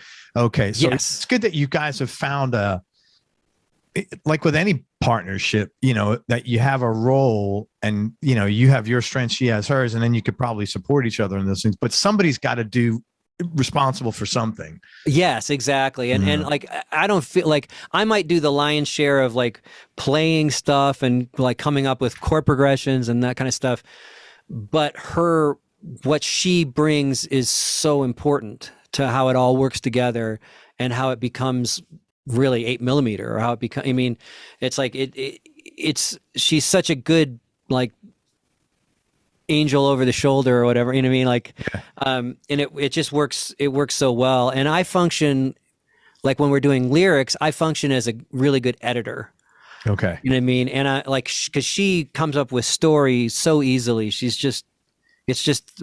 lives in her head, like with that, like, stories are all over the place for her, like, and she just really just pulls them out of the air and makes them happen. And I'm good at saying, okay, like this is great, but this line's kind of throwaway, and we could make this line something that someone would tattoo on themselves. You know what I mean? Okay. It's let's really make this special. You know what I mean? And it makes her go, okay. You know what I mean? And then she'll like really we'll work it more and more, and she really appreciates my editing, and I really appreciate her story, and so we work together really, really well. And I mean, we've worked together really, really well as a couple. I mean, it's like 25 years, and it's like it's honeymoon still. You know what I mean? Like it's like people say like, oh, you got to really work at a relationship, and it's like, nope. Like, you know what I mean? Like we were lucky we were at the right place, and we saw each other the way, it's like I didn't see someone that I wanted her to be. You know what I mean? She didn't see someone she wanted to be. We actually saw each other and liked each other, and it stayed the same and has been great. No kids, right? Whole lives. Oh, we do. We have one daughter. Oh, okay. Yeah. That's interesting. Yeah. Usually when our you have daughter's kids, 28. Oh, okay. Yeah, but usually when you have kids, that's when, like, we have 3, and that's the only stress we've had to deal with is the kids, not with each other. Yeah, ever. kids. It's a lot of fucking work. Yeah. No, it's kids are work. Fucking ton of work. Yeah. Yeah. But ours is 28. You know what I mean? And so, she was from Juliet's previous marriage. Okay. But she's my daughter. Sure, I totally get that. I mean, like, it's absolutely. We have a super close relationship. Still work. It's still work. It's still work. Yeah. Yeah, that's work, but and luckily we never let it get between us. You know what I mean? You have to not, because somebody told me this a long time ago. He said, never let your kids come between you because they're going to be gone one day. Yeah. And I was like, that's a really, wow. Yeah. And he told me that early on. It was just a guy I worked with. Yeah. And I was just like, that's fucking great advice. Thank you. That's profound. Yeah. Because it's true. Like, like your job is to make them into decent humans and then they're going to go away. You know what I mean? Like let's not ruin our lives. shit. Let's not, let's figure this out because they're going to be gone, and but it's funny. It's funny. I have a granddaughter now. She's 7, and my son, something happened the other day. Goes, oh my God, now I got to do all this work. I'm like, yeah, he's like, I'm like, you fucking had a kid, man. Like, hello, yeah, it's a lot of, it's like, he goes, oh, I gotta have to miss my workout or something. I'm like, you're lucky that's all you gotta miss, a workout or two, man. Like, yeah, it's a responsibility, and it's. Yes. I mean, I wouldn't trade it for the world. Of course not. Being a dad, you know what I mean? Like I loved it, but it's it's work, and you got to be serious about it. Yeah, yeah, and you got to get outside yourself. You have to, yeah. And that's a big deal. Yeah. And thanks. That was a good story, man. Thank you. I'm glad. Cool. That's I always like to hear a good, couple stories. How did you get into licensing? And you guys do a wide variety of movies, a wide variety of movies. How did you? Licensing, we were lucky on our first full-length album, Songs Love and Die By.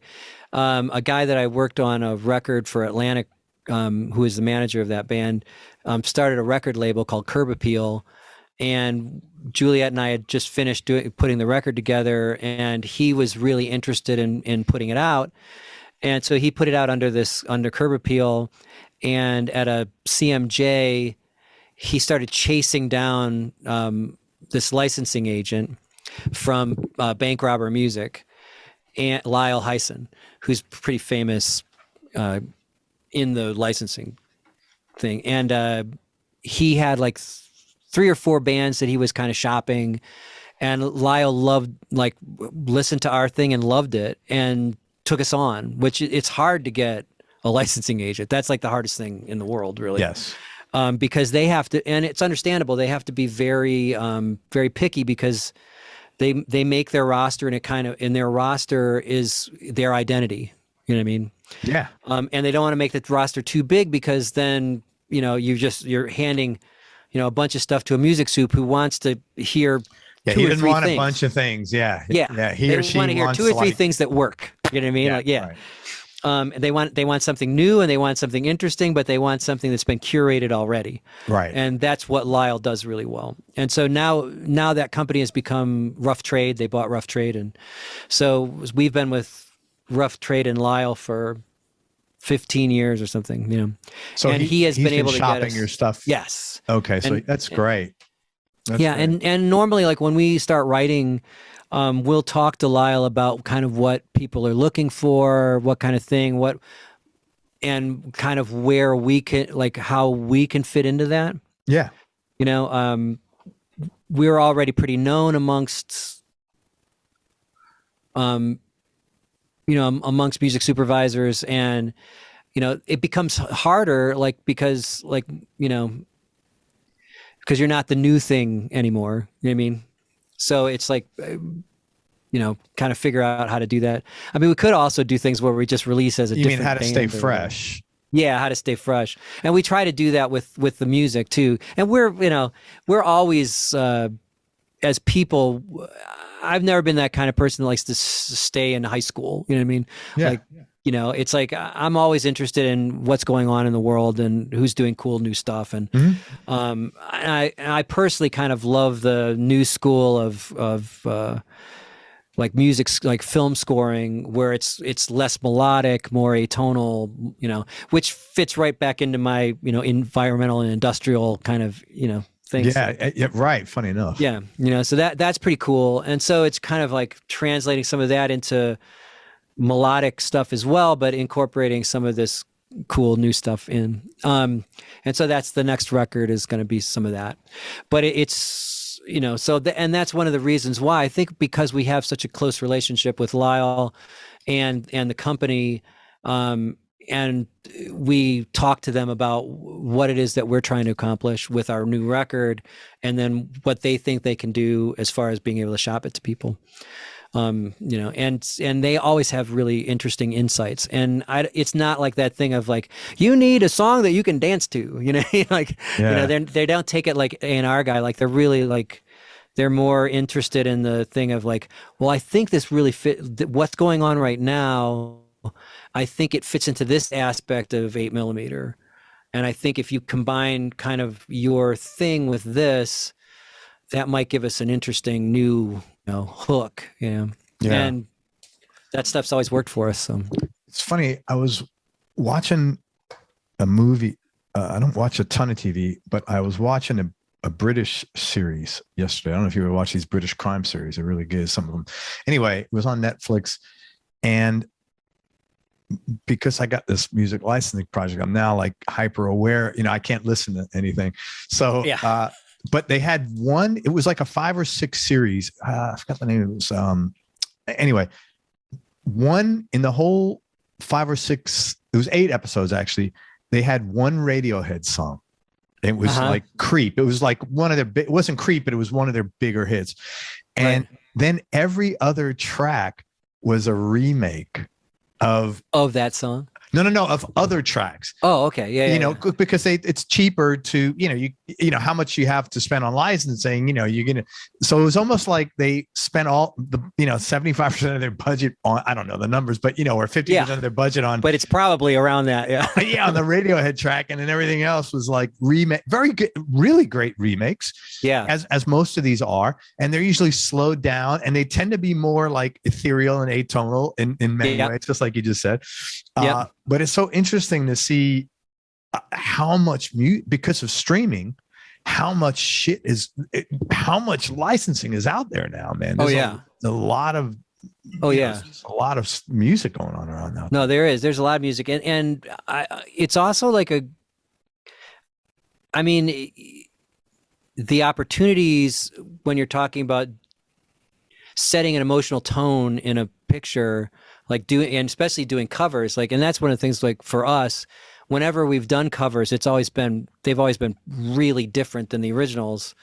And I just think that's like super interesting. You know what I mean? Like I love that, you know? So it's kind of who we were naturally as players, you know? It just fits into that, like you were saying about 8mm and the way we work. It's like it just fits into that.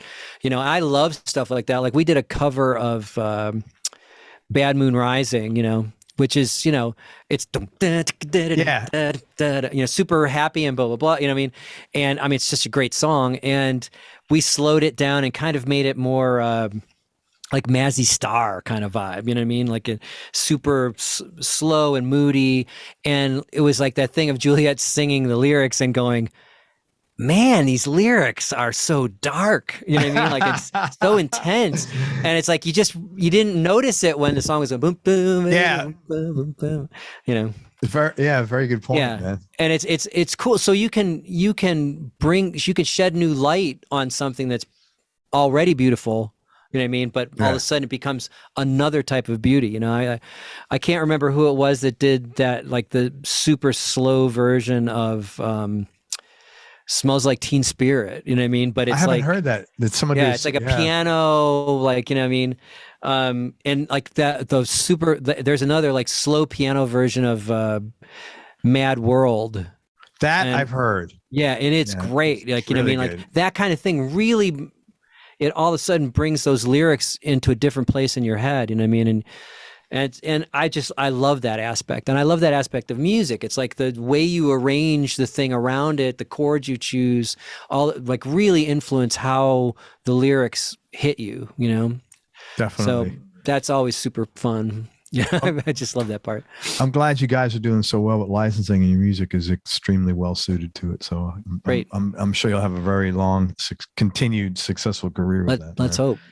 just remember the 2 famous words you got to always abide by. Yes, dear. As in listening what was that? Sorry, I missed it. The 2 words you got to abide by is yes, dear. Yeah. Uh, low points, Sean. What were some of the low points or dark periods you had to go through, and how'd you get through them? I think I wrote that down too. Hold on.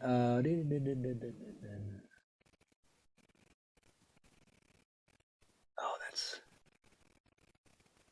I had something good. Like low points, like in that it's that in the mistakes you've made or the. Whatever typically, what was a low okay. point? You know in your what? I'm life? just gonna go because I'm a talker anyway. Low points. I think I had a falling out, like when, you know how in almost every relationship, mentor, mentee or whatever, you have a falling out with someone that you really enjoyed working with. And one was with Trent. Trent and I had a falling out.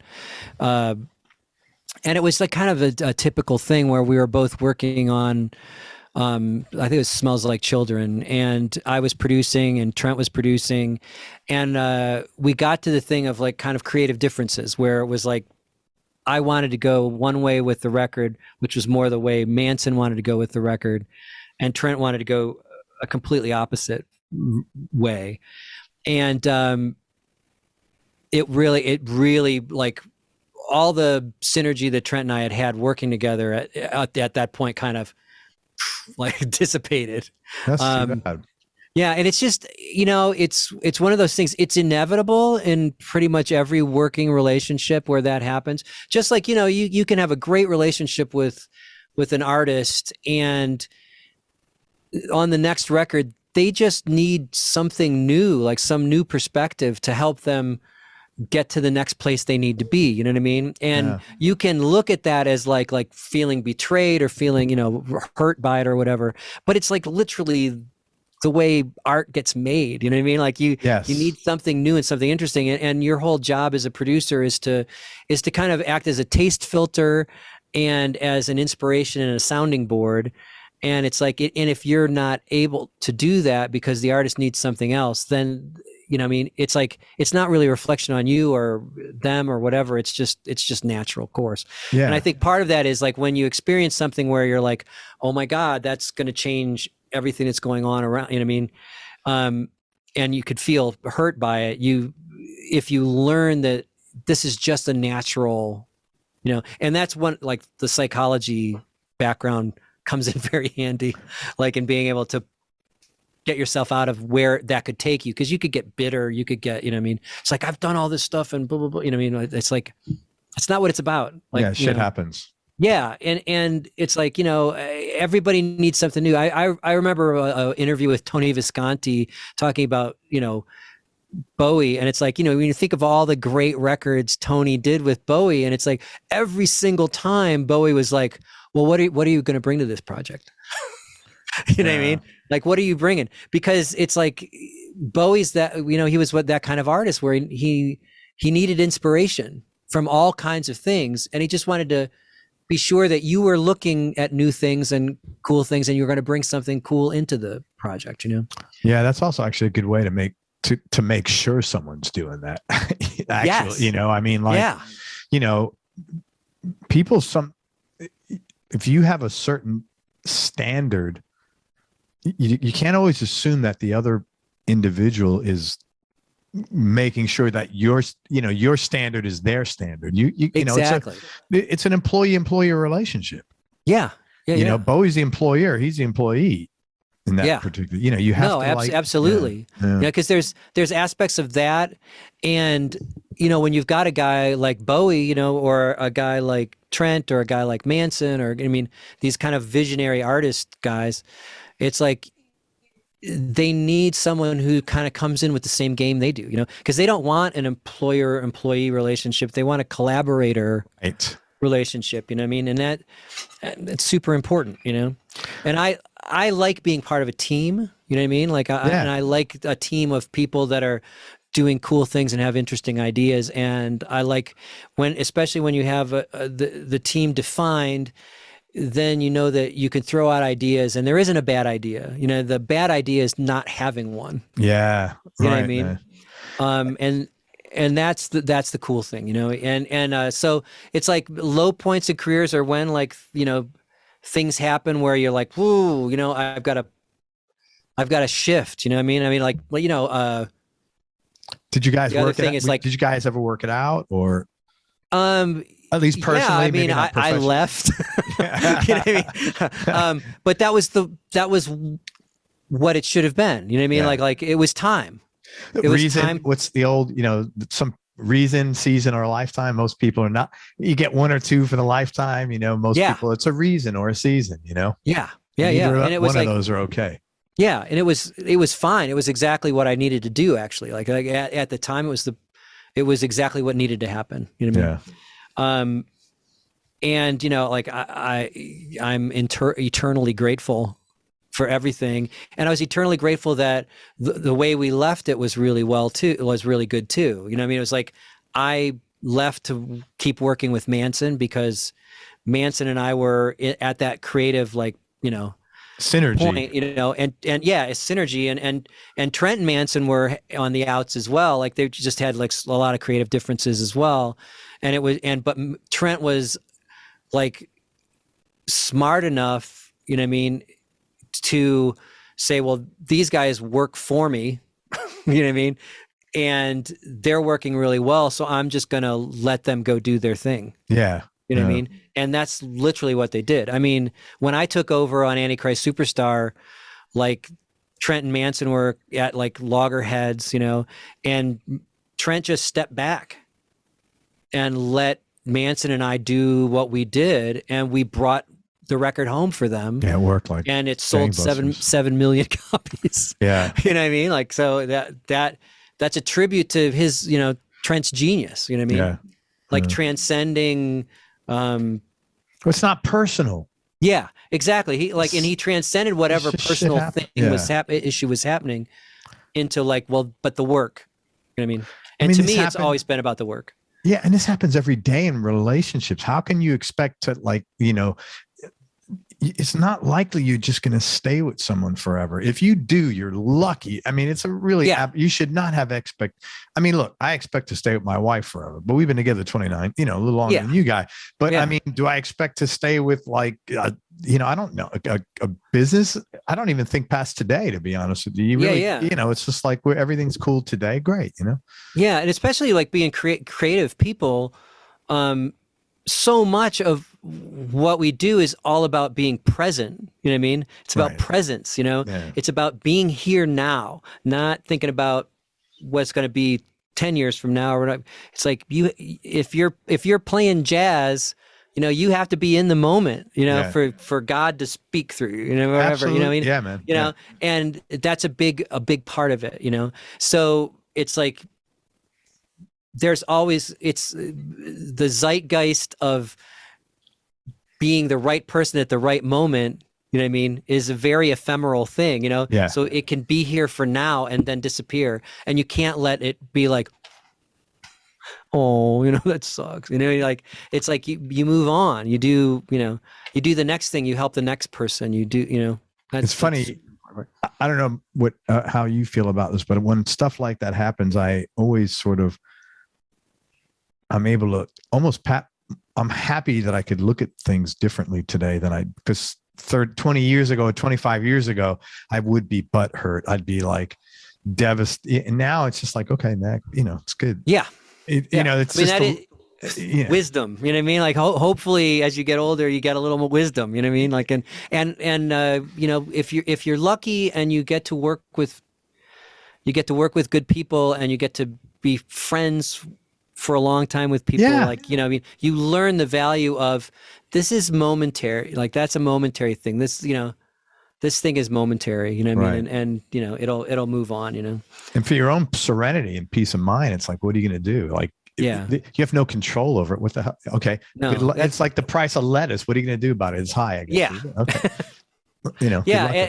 And it's it's also that thing of like, in order to have satisfaction in your career or in your life, it's all depends on how you look at things, right? It's your perspective, because it's like you can be miserable and think like, oh, well, when I get to this level of success, I'll be happy. And it's like no matter where you go, there you are. Yeah. You know what I mean? Right. And if you aren't the right in the right place, it doesn't matter where you are. It's like, it's all gonna, if you're miserable, you're gonna be miserable anywhere, no matter what. You know what I mean? You have to find the things that make you happy in life. For me, it's the process. I love the process. It's like, selling millions of records or not selling any records. I don't really care. I care about the process, how making it, feeling like I've done something that's helped the artist to make their vision happen. You know what I mean? Make my own vision happen. Make the director happy with the way that the scene works now, or what, like that stuff that's what it's about. You know what I mean? Those are the successes to me. You know what I mean? Yeah, I do. I agree with you too. And also it's all that other shit. All you could do is the footwork, man. All that other shit is out of your control anyway. So you might as well enjoy the footwork. Yes. Next,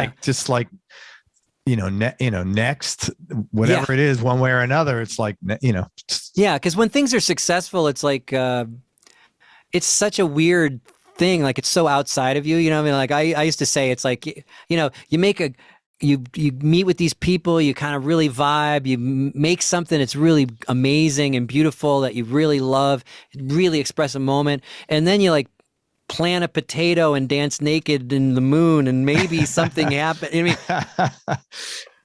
who knows? You know what I mean? Like, it's, I totally get it, man. Thank you. Favorite musicians you've enjoyed working with? Oh, yes.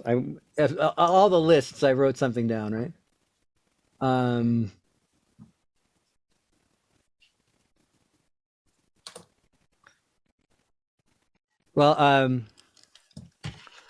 Favorite musicians. Jürgen Munkby from Shining. Okay. Yeah, he's just insanely talented. And one of those guys that can just play anything phenomenally. He's one of those, and he's always pushing himself to be better at what he does, and not just technically, you know what I mean? Because he's technically probably one of the best sax players in the world. He's, he's incredible, but he's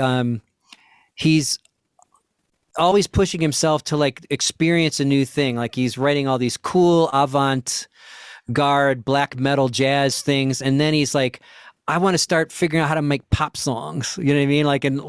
And working to kind of make things more concise, make his ideas more things that will translate faster to audiences, all the kind of what makes people bounce in a crowd. You know what I mean? He's just so interested in that kind of stuff. And I love working with them. We write together all the time.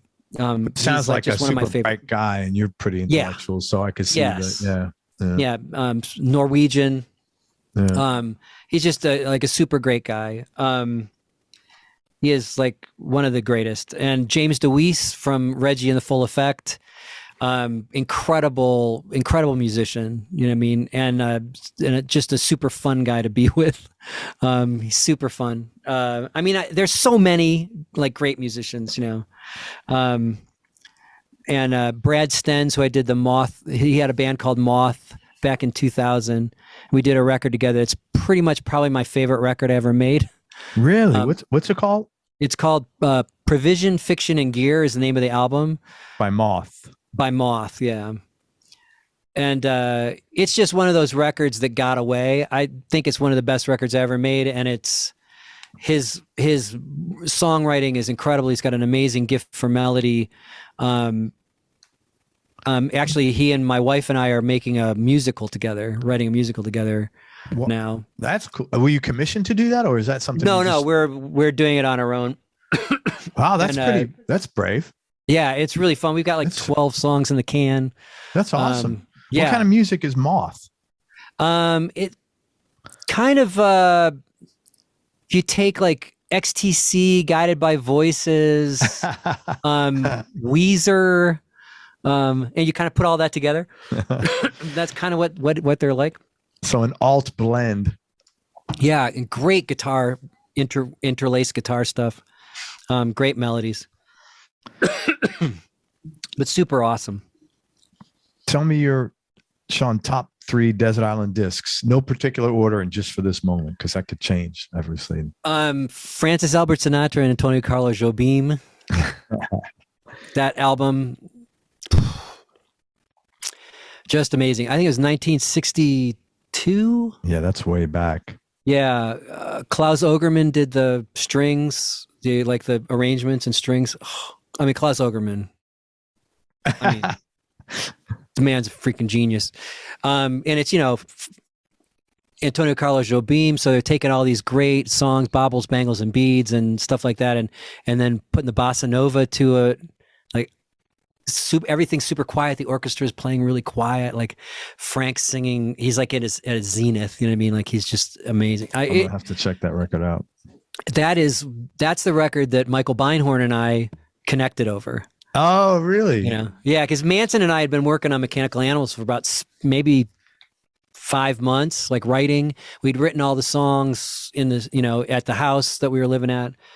And Michael came in as like the senior producer, like to record all the live instruments and blah, blah, blah, because he was kind of at a zenith at that point, and we had done some amazing records, and we were just super into the sounds, the tones he got and stuff, and we wanted to bring that into this situation. And but of course, when you bring in a guy that's used to being the producer, and he's done all these great records, and then he's like working with this other producer that's done all this weird alternative stuff, there's a lot of tension, in the room, like at that point, initially. Yeah. Well, just early on, you mean, right? Like, just when you're kind of feeling each other out. Yeah. Yeah. We're feeling each other out. It's first day at Conway, studios or whatever. And we're trying to find that thing that makes you work together. You know what I mean? Like it's always hard to say. And he doesn't know if because in those situations, it could also be a political jockeying thing, you know what I mean? So, and you just don't know who that person is. That's a tough, you know what? That's tough because you both, the thing that makes that tough, I would imagine, is you both have a record company with expectations, and you both have your own sense of responsibility to that record company. Oh yeah, to do the and job, to the artist, and to the artist, right? Yeah, because and me, I think from Michael's perspective, like he's got me, who he knows has been with this artist. I mixed part of the first record, the whole second record, which was their biggest record, and then on this third record as a producer, you know what I mean? And I produced on Antichrist as well, but it was like that thing of like, I'm the band guy. Yeah. You know what I mean? And then here, Michael is like connected mainly to the label, and he doesn't know Manson at all. And Manson's like, not an easy guy to, I was going to say, intimidating. You know what I mean? It's probably not a warm and fuzzy warm up guy, Yeah, exactly. And so, I mean, and there were reasons why we brought Beinhorn in, because we were all fans of some of the stuff he'd done, and so there's all that stuff. And so the first day we're kind of, trying to figure each other out and stuff. And we both have very different approaches to things, you know what I mean? Interesting. And it was like at the end of the day, we had been talking and laughing about stuff. And I came out he was out in the studio looking at some of his preamps, checking the settings on the preamps and stuff. And I come out into the studio and I grab one of Twiggy's basses and I start playing the bass and like just striking up conversation with him about the preamps, ooh, those 1057s, I never used those before. That's good. And so what's the thing about those that you like or whatever, blah, blah, blah, blah. And I'm playing this bass part, right? And he like looks at me and goes, is that Bill Laswell bass lines? And I'm like, yeah. And he goes, I did that record. He was like, I wrote that song. Wow. And I was like, yeah, because he played a lot with Bill Laswell. Yeah, because and they were Material together, right? Yeah, and right. Absolutely. I actually didn't even know that. Like I knew about Material, but I didn't know. I knew Bill because I was a big Bill Laswell fan. Like I loved that New York jazz punk thing that he was doing, and I played a lot like him as a bass player. It was fretless. That's so funny that you randomly started playing that. I randomly started playing that. Okay. Yeah. And so, and I was like, oh my God, I love that record. And I said, did you play the keys on that record? He goes, yeah. Like, and like, there were just really cool keys that were played in a way that I'd never heard anybody play keyboards in jazz before. You know what I mean? So there are all those things about so we start talking about that record. And then I go, I mean, yeah, that record's one of my touchstones. Wow, that's like super cool. And I said, my other favorite record is, and both of us at the same time go, Francis Albert Sinatra and Antonio Carlos Jobim. And we just were like, are we best friends? That's you know what I mean? Like, man. And it was like, from then on, we were just thick as thieves. And, you know what I mean? It was like, we just hit cool. Like all these things. And literally there were days where I'd leave the studio and my sides hurt so bad from laughing. You know what I mean? Like just, we just had such a great time together. You know what I mean? And I found all the little triggers I could to get, him to do what I wanted him to do, and he found the little things to get me to do what he wanted me to do. You know what I mean? It worked really, really well together. Like we worked really well together. When something like that happens, right? If you even go back and look at this, you were playing that song, that Laswell song. There's a million fucking songs you could play. Pretty unlikely you'd be playing that song.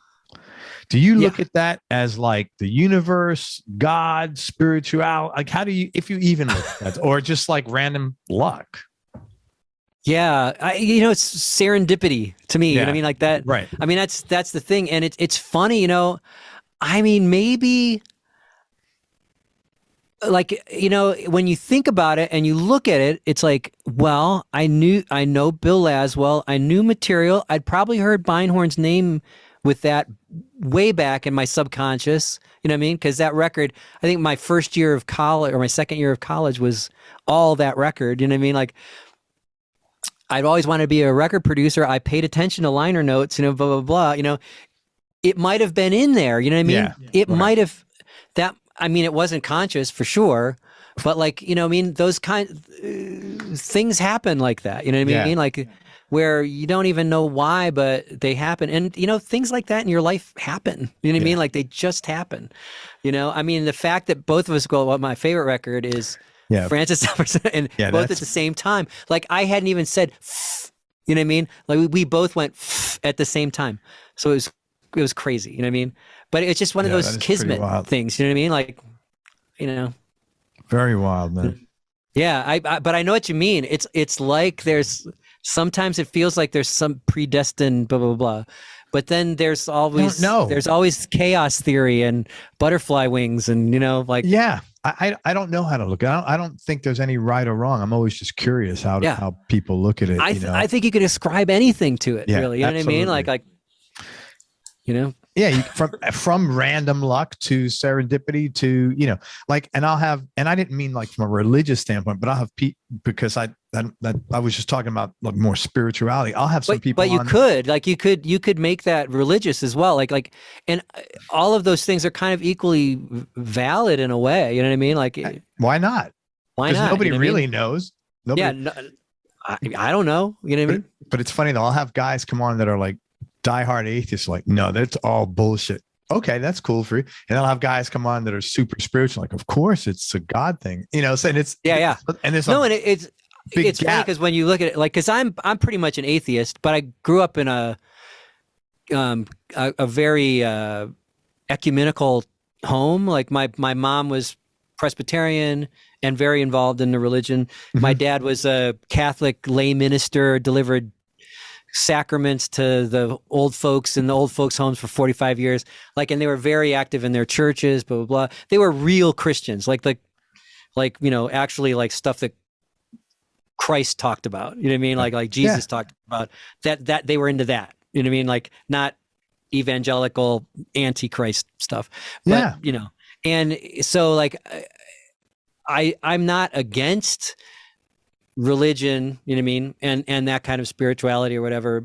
It's just it doesn't really have much point in my life, actually. Like the way I look at it, it's kind of like all that stuff can be explained by other stuff too, you know what I mean? And even if there is a God, that just makes him another species, like another, you know what I mean? Like totally. you know what I'm saying? I get it all because I don't really know the answer. I mean, I have a yeah, I don't know how does any, I mean, I can't really say how does any of us know, because then, so of course, I mean, Yeah, because you don't. I mean, it's agnostic is probably the best way to describe the two of us.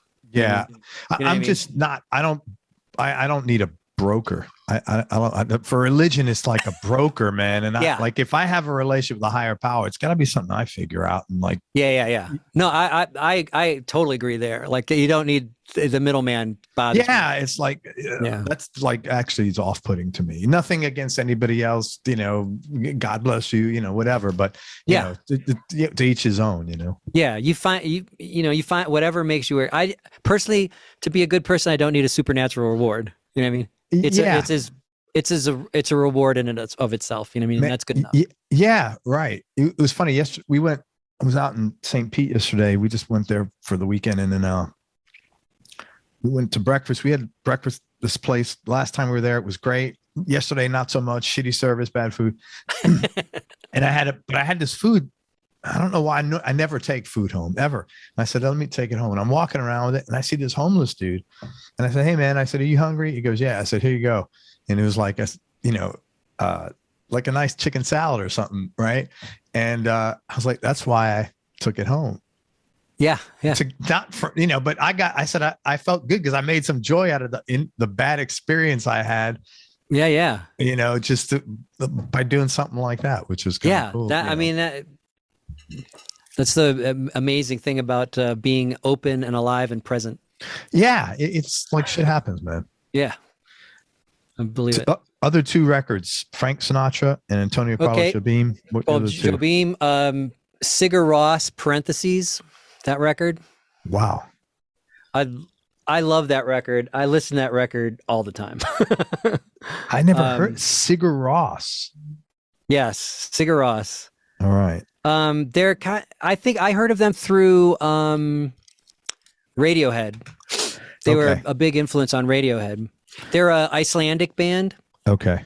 The singer Jonesy kind of sings mostly in falsetto with nonsense words and a lot of stuff, but some stuff he sings with real words. The music's beautifully put together, like just gorgeous. Is that Sigger? Sigur Sigur, okay, and then Ros. Great. And number 3, Black Jazz by Shining. Dude, I gotta tell you, it's the first record I did with Jürgen Munkby, and the band's called Shining, and it's just a freaking manifesto of I loved it because part of it was because we kind of created a musical genre with black jazz. And it's just really cool. Like I just love the way it's put together, and to me it's like kind of it's like maybe having done In a Silent Way Miles Davis or something. You know what I mean? Like it's that level, you know what I mean? Bitches Brew, you know what I mean? Like that kind of it's just it's a really cool melding of like prog rock, industrial rock, and black metal and jazz. Throw all those things together, and it's that record. Songs that are 9 minutes long, 10 minutes long, but it's super cool. And there's a great version of 21st Century Schizoid Man on it. I love that track.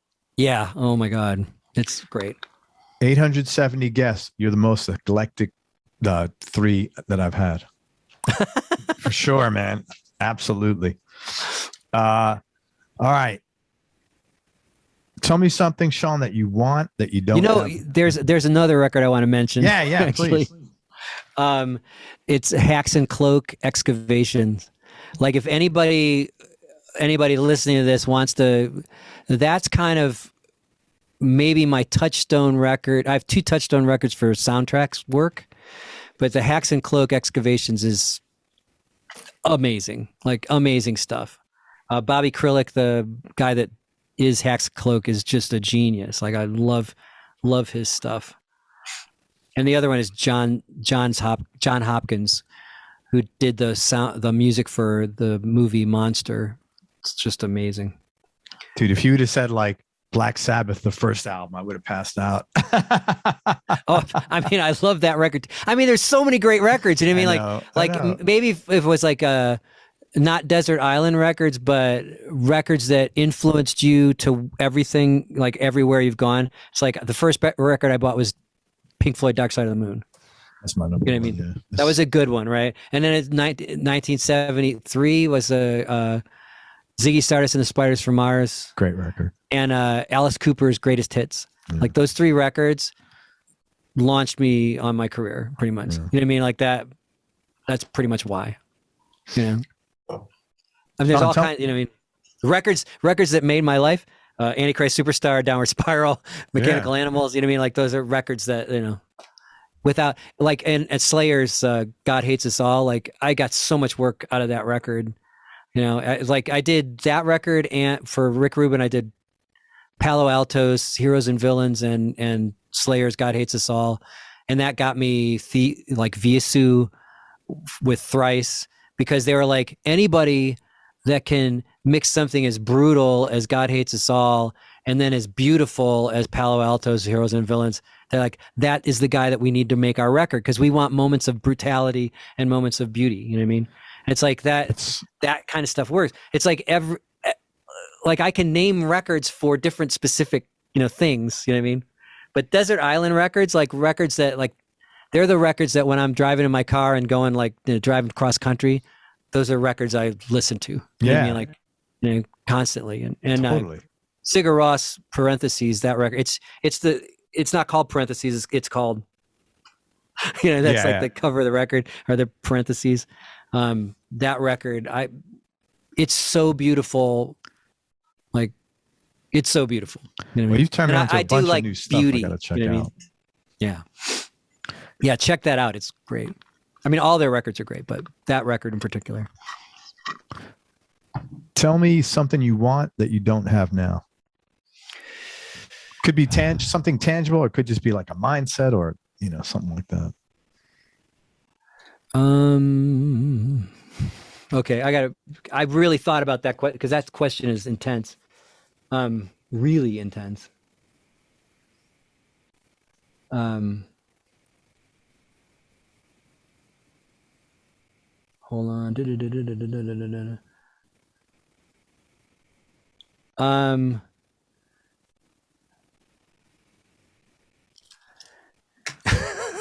It's a really intense question, and my answer is like, I could use something that makes me more money. Yeah, you know, yeah, I like probably that was never a focus for me, you know, money, you know what I mean? So, but it's never a focus for any musician. Like almost no nobody's go, especially nowadays. No one says, "I want to make a lot of money. Let me be in the music business." My focus was all like, that's one of the things. It's hard with like when you talk about like it's the only like money where you don't have to worry about paying the next bill or whatever. It's like that's the only thing in my life that is like where it's like, that'd be cool if I, I mean, but like everything else is like, I mean, I have the most amazing wife in the world. I've done everything I've set out to do as a musician, as a producer. Like I love all those aspects of it. Like I just, you know, it's that thing of like, you know, follow your dreams. You know what I mean? Like it's the right thing. 'Cause you know, I am never like, it's like that thing of like, you're never going to be like, God, I wish I would have, you know, slaved for money. Yeah. You know what I mean? Like you're not like, that's just not what you're going to think about. You know what I mean? It's like when people say like, well, you know, like your mom is like, you know, well, should you really spend that money on that vacation or whatever? It's like, you know, on my deathbed, I'm not going to think about like, oh, I shouldn't have spent that money on that amazing vacation or that, you know what I mean? Like you know, I shouldn't have loved those people because, you know. Yeah. Well, I get it, man. Yeah. All right. 2 more questions. What do you like most about yourself?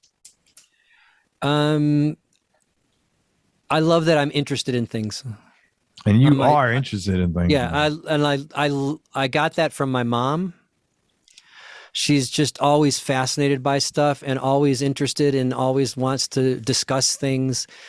She's never dismissed anything. You know what I mean? Like, so she's always been open-minded. That's yeah, because she's someone always from that generation. That's pretty amazing. Yeah, yeah, no, it is. And she, like, you know, as a religious educator, she has a very nebulous idea of God. You know what I mean? It's like a very big thing, not a narrow, like this, it's a dude with a beard who sits on judgment, whatever. Like hers is a very large thing. And I think that informed me too. You know what I mean? Like that, her curiosity made me curious as a person. And there was one time where she converted to Catholicism maybe 8 years ago or something like that. Wow, that's interesting. Yeah, right? I thought it was interesting too, you know? And I was like, Mom, like Catholicism, like that's interesting. And it's like, well, she's like, well, you know, I'm in a think tank with a bunch of nuns, and we're discussing quantum mechanics and spirituality. And you know, that's and she's wild, man. Yeah, and this is the Pope Benedict kind of excommunicated those nuns. Like, you know what I mean? It was during that period of time. So anyway, so she said, so, you know, and, you know, I really have always been drawn to the pomp and circumstance of the Catholic Mass and that kind of thing. She goes, I mean, the pageantry of it's really interesting, you know, blah, blah, blah, and how it affects people, and, you know what I mean, and how it comforts them, you know, kind of, and I said, yeah, but, you know, transubstantiation, like, which is like changing the host to the body of Christ, the wine to the blood of Christ, like, and that, like, transubstantiation is like that's not just symbolic. It's like that's it, like really transfers into the body of Christ or whatever, you know, like that thing. And I'm like, you know, how do you reconcile that? Like, that's, you know, it's a pretty crazy thing, you know, and it's a tenet of Christianity. And my mom, if she's going to go into a religion, is going to, you know, and she said to me, Sean, we're all made of stars. I was like, wow. Okay. You know what I mean? Yeah, that's pretty wild. That late in life that she's changed religions. Yeah. That's uncommon as hell. Oh yeah. I mean, she still floats between the different churches and stuff, but she gets a pass. She's all right. Yeah, she gets a pass. At that age, she could do whatever the hell she could do whatever she wants. Whatever makes her happy. And she's all like, she was always interested in Buddhism and always like all these things, you know. And it was just that her constant questions, her constant, you know, wanting to discuss things, like, just, I think it made me interested in things. So I think that's where I get it from. Yeah, totally. And the last question, and thank you for being such a great guest. I really appreciate your time. Thanks for putting a lot of effort into this. Oh, no problem. Biggest change in your personality over the last 10 years, Sean, and how much of that has been intentional and how much has just been a part of aging, natural part of aging? Let me look at what I wrote. Yeah.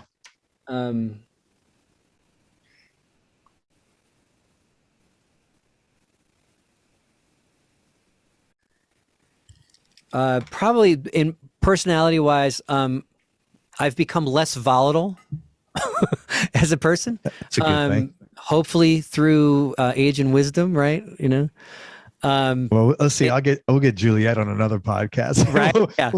We'll confirm that. Yeah. Well, and it's funny because when we talked about it, and it's like I've always considered myself a very stable, you know, kind of rock person, but I'm artistic, you know what I mean? Like, yeah. And I wear my, whatever it is on my sleeve, you know what I mean? Sure. If I was mad today, you would be able to tell, you know what I mean? Like, that kind of thing, you know what I mean?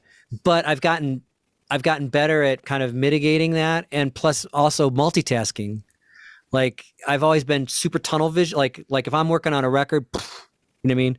Yeah. So all I do is work on that record, blah, blah, blah. Like when Juliet and I first started, first got married and stuff, you know, she married a record producer, you know, and like she said where most of these marriages go horribly wrong is that these women marry these guys because they go to, like, you know, MTV Music Awards and there's big parties and all these celebrity whatever, blah, blah, blah. And they just think it's going to be glamorous.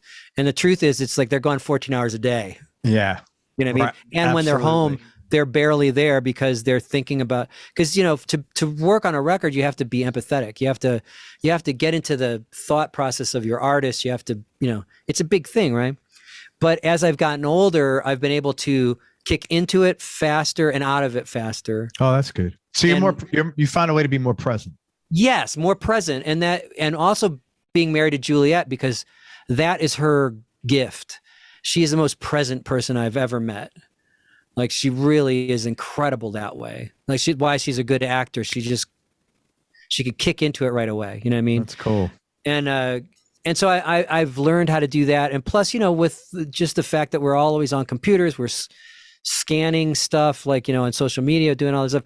That stuff has helped rewrite my gray matter, or like my white matter a bit, so that I'm more able to go from, like, I'm mixing for like 2 hours here, and then I'm going to go do, you know, work on something else over here, and blah, blah, blah. Like, and I can do that now where I wasn't, and can kick back and forth for things. So that's probably the biggest change for me over the course of like decades, you know, is just being able to multitask that way better than I could before. I mean, still not amazing at it, but it is something that's happened. So that's, you know, and there's age and wisdom in that as well. Yeah. With also, when you're at something, because I did this early in my career, I would work 3 days straight at something, like not literally, like maybe sleep. Not sleep. Yeah. And like, what an asshole. How stupid was that? Well, for me and my family, like, what? Why would I do that? Why would I do that? Like, you talk about memories. What am I going to be on my deathbed? Oh, I'm so happy I worked 3 days in it. No, not at all. I'd be like, what an asshole I was. I'd be happy like I spent 3 days with my wife or my kids, you know, not working. Yeah. Oh, yeah. Because that's what you're going to care healthier. about. You know what I mean? Yeah.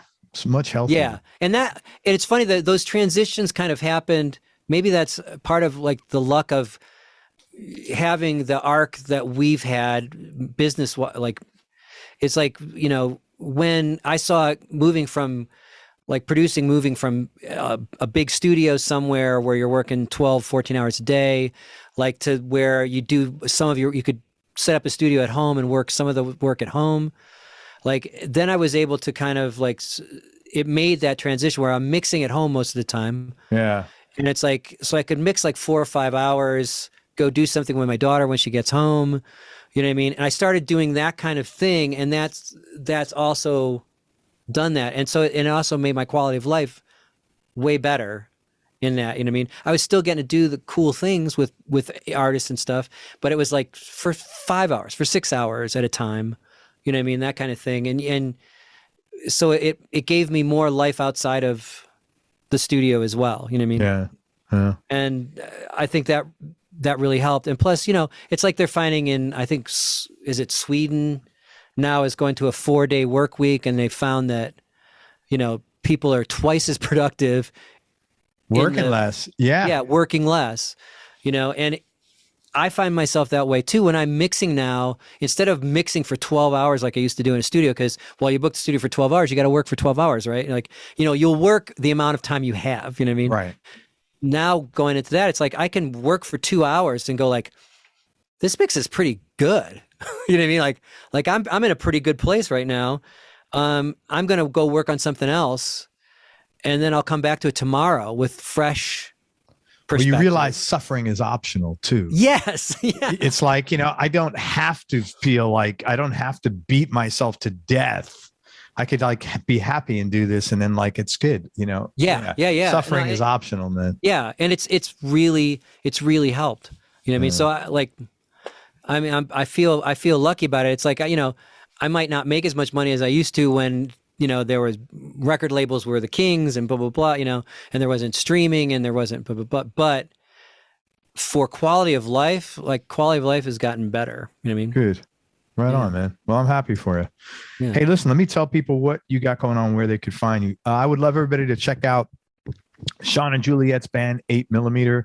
You could find them at 8mm Official on Instagram, and it's 8mm Girl is Juliet, and their website is 8mm8mmlovesyou.com. Yeah, and we have a Bandcamp as well, like 8mm on the Bandcamp. Bandcamp.8mm.com. And Bandcamp's like if you want to purchase something, Bandcamp's buy it off Bandcamp because they support the artist the most. And that's like for any artist. Like if you find someone you really love, like go to Bandcamp and buy from Bandcamp because that's where they'll get the most support from. Totally. Also, you could follow Sean on Instagram at Sean Beavan, Beavan, and Sean is available for a couple of different things here. His career has been so deep and wide. He works a lot helping people. Obviously, if you are looking to get some tracks mixed or you want some help with production or engineering, he's available for that. But he's also available for people that just want some consulting, or they're looking to get a co-writer on a track, or if you're looking to find out, if you are a producer or a mixer or somebody in the service business aspect of music, what's the best way to work with clients? He's worked with the gamut of clients, and some of them have been maybe a little volatile. So I'm sure he's able to get along with all kinds of personalities. And that's some of the kind of stuff that he goes through with you. Mixing guidance on mixing or production, or production or mixing tips, how to go from something to take it from an 85 to a 95 or an 85 to a 99. If you're looking for any stuff like that, you could either hit him up on Instagram with a direct message. Again, it's Sean Beavan, or you can contact Shannon O'Shea, who's his manager, at sosmanagement@gmail.com. And she's a pretty awesome woman herself. Anything else you want to elaborate on as far as those things go? No, that's pretty much it. And I love doing the teaching, it's like if, I've had a lot of students, like we just do Zoom calls and, it's like, what do you do on a mix bus? You know what I mean? Like, how do you know when the compressor's hitting right? You know what I mean? I can go over all that stuff, for little tips and tricks. Super Very fun. Cool. And I'm sure you got a million little nuggets like that, Peters, the Peters rule. Yeah. I'm sure you got Dale Peters. I'm sure you got a bunch of nuggets like that yourself. To offer, so. Oh yeah. All right. So hit up Sean for any of those things. And man, any final words of wisdom? Make music and record what you're happy with. Right on, man. Well, thank you very much for everything, Sean. I appreciate it. Everyone, thank you so much for listening. If you enjoyed this, share it on your social media channels. We appreciate your support. Thanks very much to Sean Beavan. Again, hit him up on Instagram. Please check out 8mm. Great band. Really melodic music, very ethereal, lots of deep shit going on in there. And that's at 8mm Official on Instagram, 8mm Girl, and 8mm Loves You. And if you want to purchase their music, do that through Bandcamp. Most important, remember that happiness is a choice, so choose wisely. Be nice. I forgot my closing. Be nice. Go play a guitar or whatever else you want to do and have fun. Till next time, peace and love, everybody. I am out. Sean, thanks for everything, brother. Thank you.